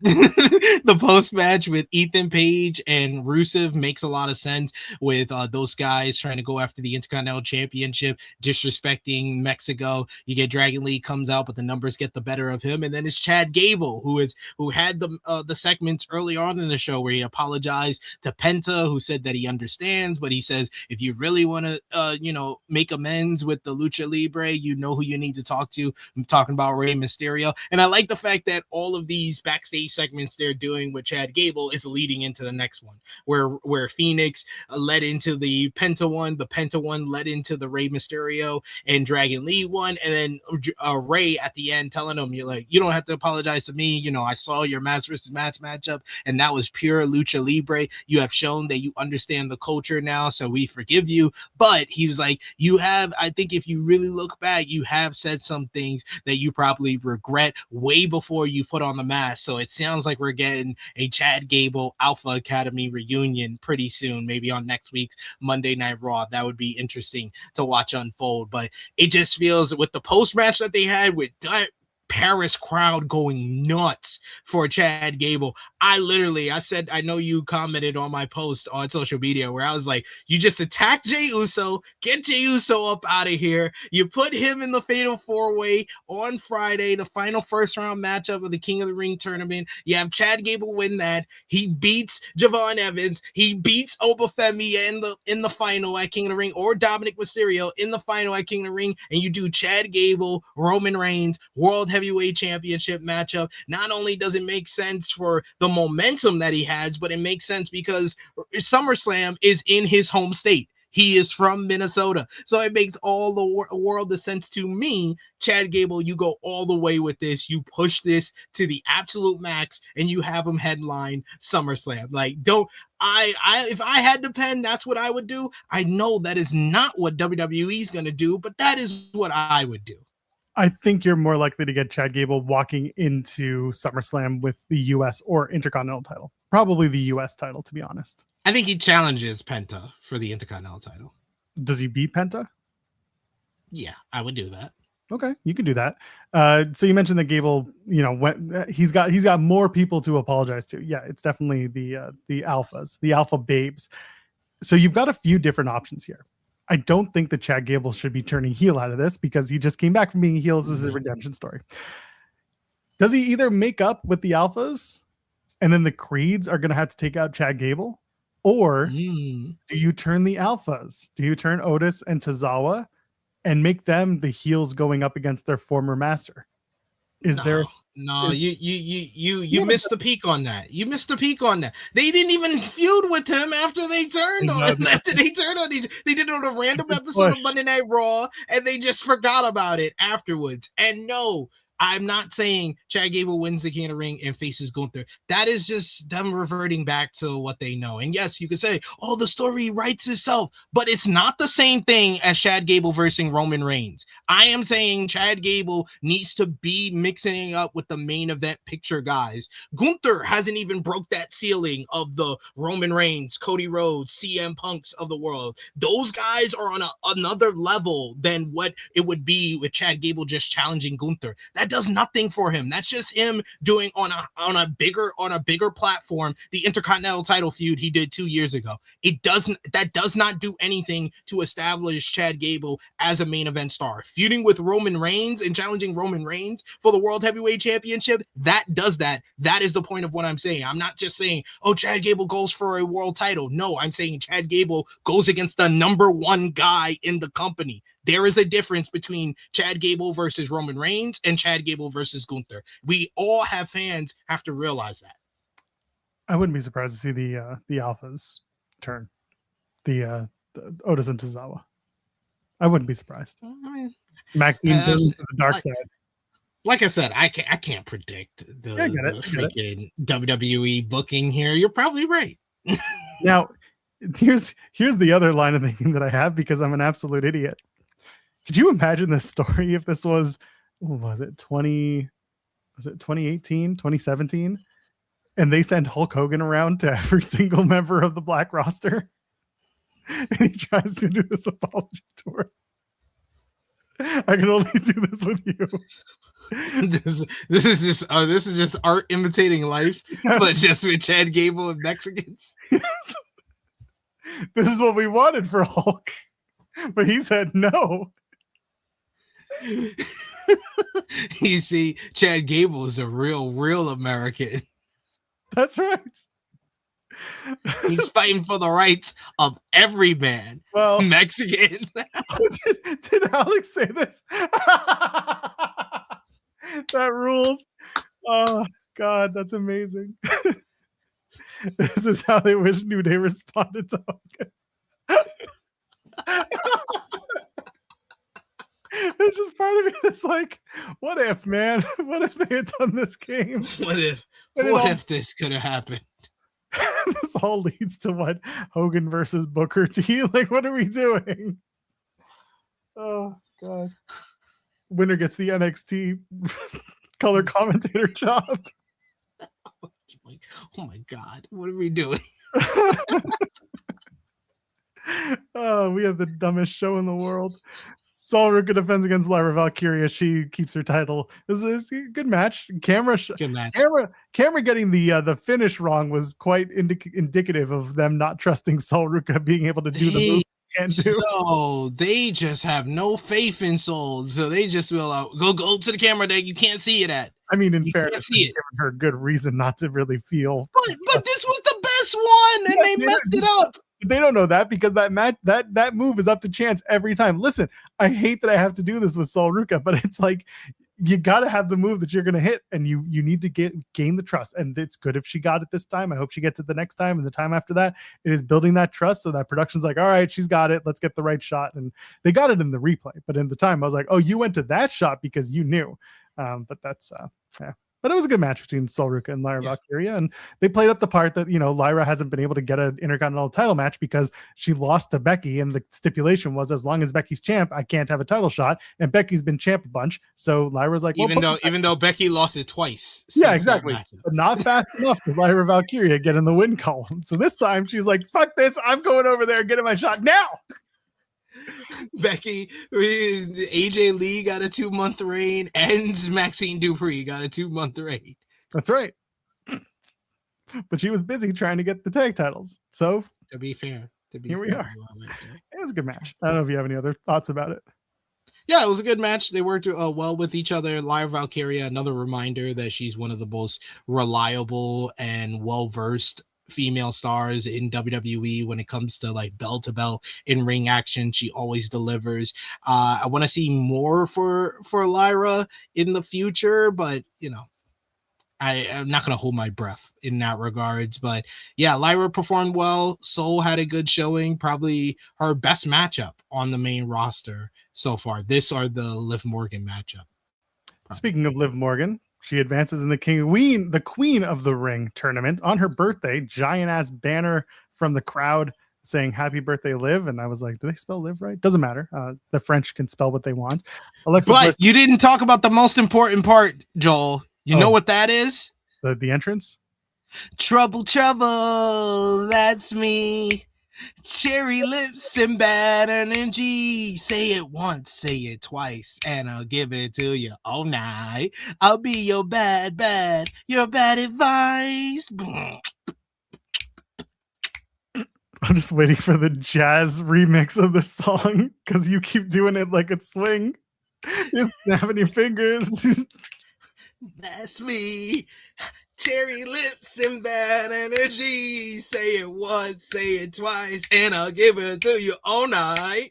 I'll be your bad advice. Anyway, Liv Morgan advances. She beats Becky Lynch, Chelsea Green, and Alexa Bliss. No shock here. Who takes the pin? The woman who almost won it, but the woman who expected to be the pinfall taker was Chelsea Green. So, hooray. There's that. It was, again, another fine match, but again, Liv Morgan is going all the way for the shot of the title she already has. She is going all the way to the finals, folks. Amazing. She's going all the way to the finals, which is just hilariously WWE. It's just so hilarious that WWE is this way. This is what they have to do. They have to do because they have nothing better. Finally, Liv Morgan's doing something, and she's doing something in the worst place possible for her to do it, in the Queen of the Ring tournament. Woof. Anyway, and that's basically what happened on Raw. Was there anything else that I'm missing that we need to get into? I don't think so. In terms of Raw. we had Seth being confronted by the Bloodline after he said that he's coming after Roman Reigns, and talking about Roman Reigns can't win any championships on his own, despite him winning his last 3 matches on his own. Like, if you're gonna keep pushing this agenda and this story, you should probably not have Roman win clean against Jacob Fatu twice and beat CM Punk at WrestleMania clean. I'm just saying, it just makes Seth sound like an idiot, which you don't have to do much to do that. And then also he talked about his history of beating Roman Reigns when it matters the most. That led to Jacob Fatu, Jey Uso, Jimmy Uso coming up and approaching him, telling him to not talk bad about the family. And Seth Rollins said, "I'm not talking about your family. I'm talking about Roman." But you know what? I feel bad for both of y'all. You know, at least you, Jay, you're in the King of the Ring tournament. Can't say that for Big Jim over here. He's standing on the sidelines just where Roman Reigns wants him to be. So I feel bad for both of y'all that y'all are just succumbed to being Roman's bag boys again. And then Jay told Jacob Fatu to get him, and Jacob stepped up into his face and then walked away. I do like that afterwards, Jacob Fatu was like, "I answer to Roman Reigns. You twins are bitches." But just keep it 100, just 100 times over. It's great. It's the new all gas, no brakes with it. Yeah, I mean, I'm gonna keep it 100 with you every time. I love it. It's just ass. It's like, good for you, Jacob. Good for you. Someone's gonna clip that ass. And just, ass.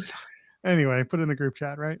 I don't mind it. I like that at least when Roman's away, they're making the Fatu storyline relevant to the Roman part of it. Yeah. It was fine. It really was just fine. But if we're not going to do Roman and Seth immediately, or at least at SummerSlam, then I'm curious as to when they'll finally do that silly match that they've been wanting to do for so long, WrestleMania. Yeah, I hope not. Don't stretch this to WrestleMania, please, dear God, no. Please. They don't have to sell tickets for that one, so it's not like they could get away with it. I don't know. This WrestleMania coming up is going to be really weird to navigate because they don't have to try nearly as hard as they would to get people in the door. I mean, I'm really curious to see how hard they push for people to go. I know that the on location people are gonna be like, "It's safe, it's great. We're gonna have people with guns around you all the time. Just pay your $20 billion and you'll be right there." I don't know what the plan is, but like, the show's paid. The show is, they're already taken care of financially more than anywhere else in any other show that they could possibly do in the world. So at that point, it's like, take our foot off the gas, I guess. But I'm curious. Do you do it because ESPN wants people to pay for unlimited? Where will unlimited be at that point? Will people finally be able to subscribe with their cable packages come April? Like, we're 10 months away, and there are little questions that will amount to how the storytelling matters or doesn't. Yeah, we're gonna see how that pans out. I would, if they're not gonna do Oba and Roman at SummerSlam, I would think they would do that matchup at WrestleMania. But now it seems like after Javon getting the win in the main event last night and Seth being out of the tournament, it seems like, they could prolong that and do Seth and Roman at next year's WrestleMania, which I would just be like, this company is devoid of any new ideas. Yeah. Kate saying, are you implying they tried this year? I think that they had concepts of a plan, which fits exactly into the administration they're in bed with. But as most discovered, the concepts were absolutely null and void. But it's okay. Pat McAfee's going to get a $60 million a year deal with ESPN soon. So everyone's okay. Because he's the new Sylvester Stallone, folks. He is the new Sylvester Stallone. He's the new Sly Stallone. We're going to see Pat McAfee in Rocky 7. Can't wait. Stardom is coming to Produce Wrestling. They're going to be part of the Montreal show in July and New York City on August 3rd. Looking forward to that. There'll be more details. Produce just dropped that on their Twitter. So I'm looking forward to the Montreal show. I'm going to be there, and I'm going to be talking to the people, hopefully, at that show. I'm looking forward. Are you going to bring a Degrassi Letterman jacket? You know, I thought about it because I know it's a very Degrassi coded show. Yes, it is. We'll see. Me wearing a jacket in Montreal heat in July, probably not ideal. I do have denim jackets that I could wear, but I probably won't be wearing a jacket at that point. How well can you sing the Degrassi theme song? Not well. Whatever it takes, I know I will make it through. However, I've got a sports jacket that I'll probably be wearing that day because we have AEW that night, and I probably won't go back to my hotel to then go to the Bell Center because media call time will probably be around that time. Whatever it takes. Stop it. I know I can make it through. Worst part of that show was anyway. If I hold on, NXT, if I do. Stop it. NXT is tonight. Live from the PC as it always is. As it always is and always will forever be. Romeo Moreno and Noam Dar face Fraxium. God, they're both coming back. Axiom fresh off his big win in his home country 2 weeks ago. How'd that work out for him? Wasn't even on SmackDown this week. I would suspect that. How is Fraxium back on NXT? That's what it's like Fraxium never was never on the main roster. Hold on. Back on NXT. You're wrong, MCast. He beat the Miz.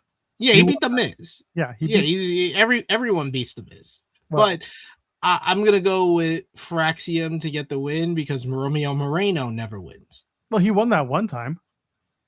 Oh yeah, he beat Nathan Frazier. Yeah, that adds to my point that he's not going to win this one. I think that Noam Dar will pin Axiom. We're just going to go back to doing this match again later.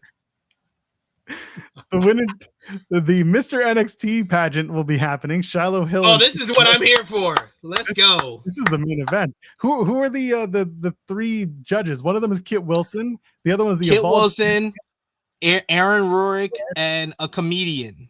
Yeah, the one comedian that Shiloh Hill mentioned, and that's the only one that they could get to commit from outside to do this. Yep. This should be fun. Can't wait. Shiloh Hill for Mr. NXT. We all got to work together here and get Shiloh Hill straight to the top where he belongs. Shiloh Hill is a future NXT champion. I think that he should already be the NXT champion. Shiloh Hill and the fog and everything that he does. He is great at what he does. He is of course a C-suite alumni, so we are all rooting for Shiloh Hill, aka Mr. NXT. Tristan Angels, you're so LFG season 3. Okay, hold on. Is it Tristan Angels? Tristan Angels, yeah. Okay. So I'm reading from the Fightful preview, and Jeremy did this. And for weeks, I was the idiot saying Tristan Archer. And Tristan Archer is someone who we don't talk about in the wrestling world anymore. And on this preview that Jeremy wrote, I'm so glad that I have caused this problem. This is what y'all should always do this. Volum's on to the right thing. Whenever y'all do the preview for NXT, it should just be, it's time for the C-suite. The C-suite. It's time for the C-suite.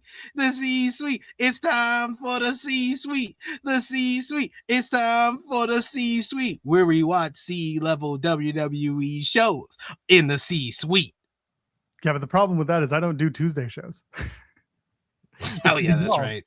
It should be all. We usually don't talk about NXT. Yeah, I know. It's fine. The one thing about Shiloh Hill I need them to stop doing is doing the cackle. I think that they have now made it so that it's like every time you finish, you gotta do the cackle. And he's like, yes, sir. Heartbreak. And just, we don't need this. The winner challenges for the NXT women's title. Kalani Jordan takes on Kendall Gray. I'm going with Kendall Gray, aka female Kurt Angle. Femangle. Femangle. Kurt Fangle. Kendall Angle. Ken Dangle.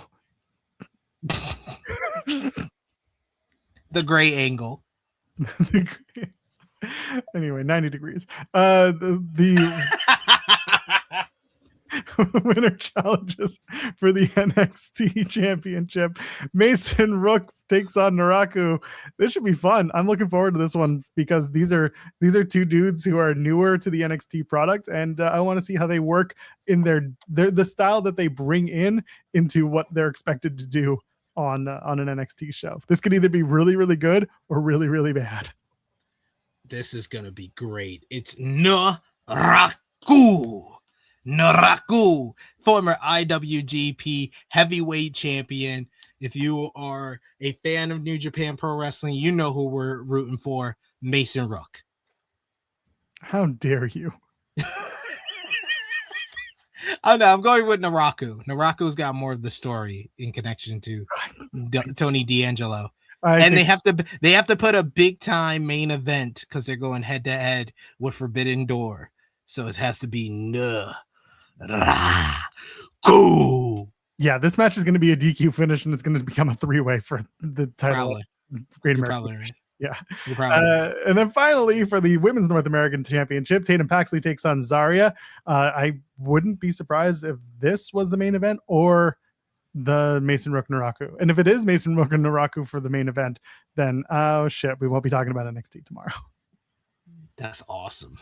That's what Jeremy's rooting for tonight. Yeah, then what are we going to talk about? Jeremy's not watching the NHL finals. He's not watching the NBA finals. I'm not. Well, the NBA finals ain't tonight, to be fair. So. I mean, in general, it's like we just cut off 2 extra things. So y'all can just play Clash of the Territories and main eventers. That's true. The whole show.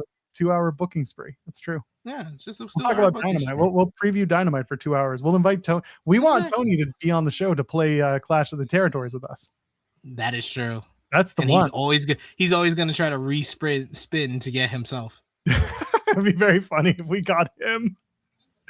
That's kind of what we want. So, yeah, Tony, come on, it's time. Come play the game with us. Yeah, could only turn out well. Anyway, I think Zarya wins the NXT Women's North American Championship. Yeah, I can see that being the play. I wouldn't hate it. I could also, I could see this being the main event because it's the only title match on the card. So, we'll see. But, that is NXT. It should be a fun show. The only piece of news that will affect Wednesday is the potential of Suri not being in the Owen because there was an interview with Masahiro Chono with Tokyo Sports where he said that her neck isn't quite back to full strength. Because of that, her Spark Rush partner Takumi Iroha is going to be traveling with her. That could mean that Suri, if she can't go, that Takumi is going to step in for her for the tournament. However, I will remind people that it's Tokyo Sports and they are not a fully non-kayfabe journal newspaper. So I don't know. It was like journal, newspaper, dirt sheet. Dirt sheet. But either way, that is the story that's playing into this particular show. But I'm curious if we do find out that Takumi's going to take over for Suri in this match in the tournament. That would be interesting. It'd be very unexpected.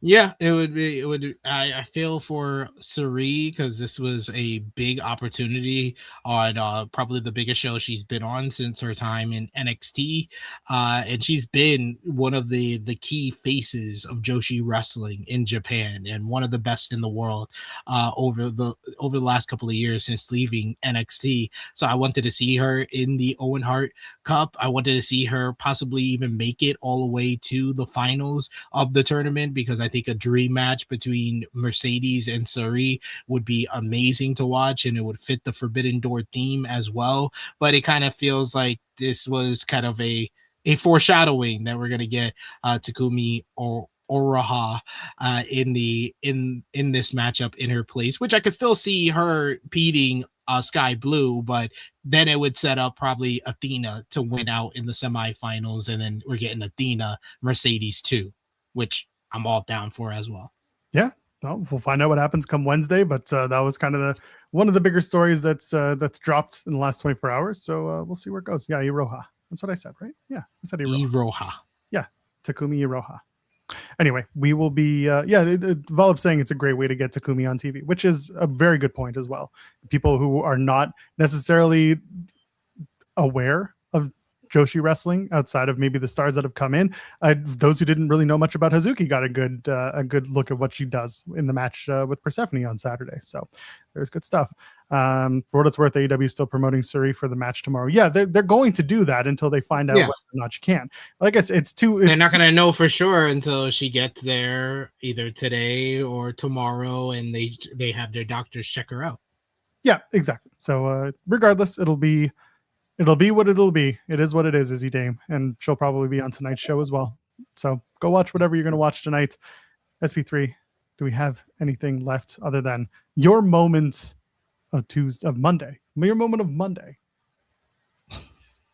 My moment of Monday was Victor Wembanyama pushing down Jalen Brunson for grabbing him in Game 3 of the NBA Finals.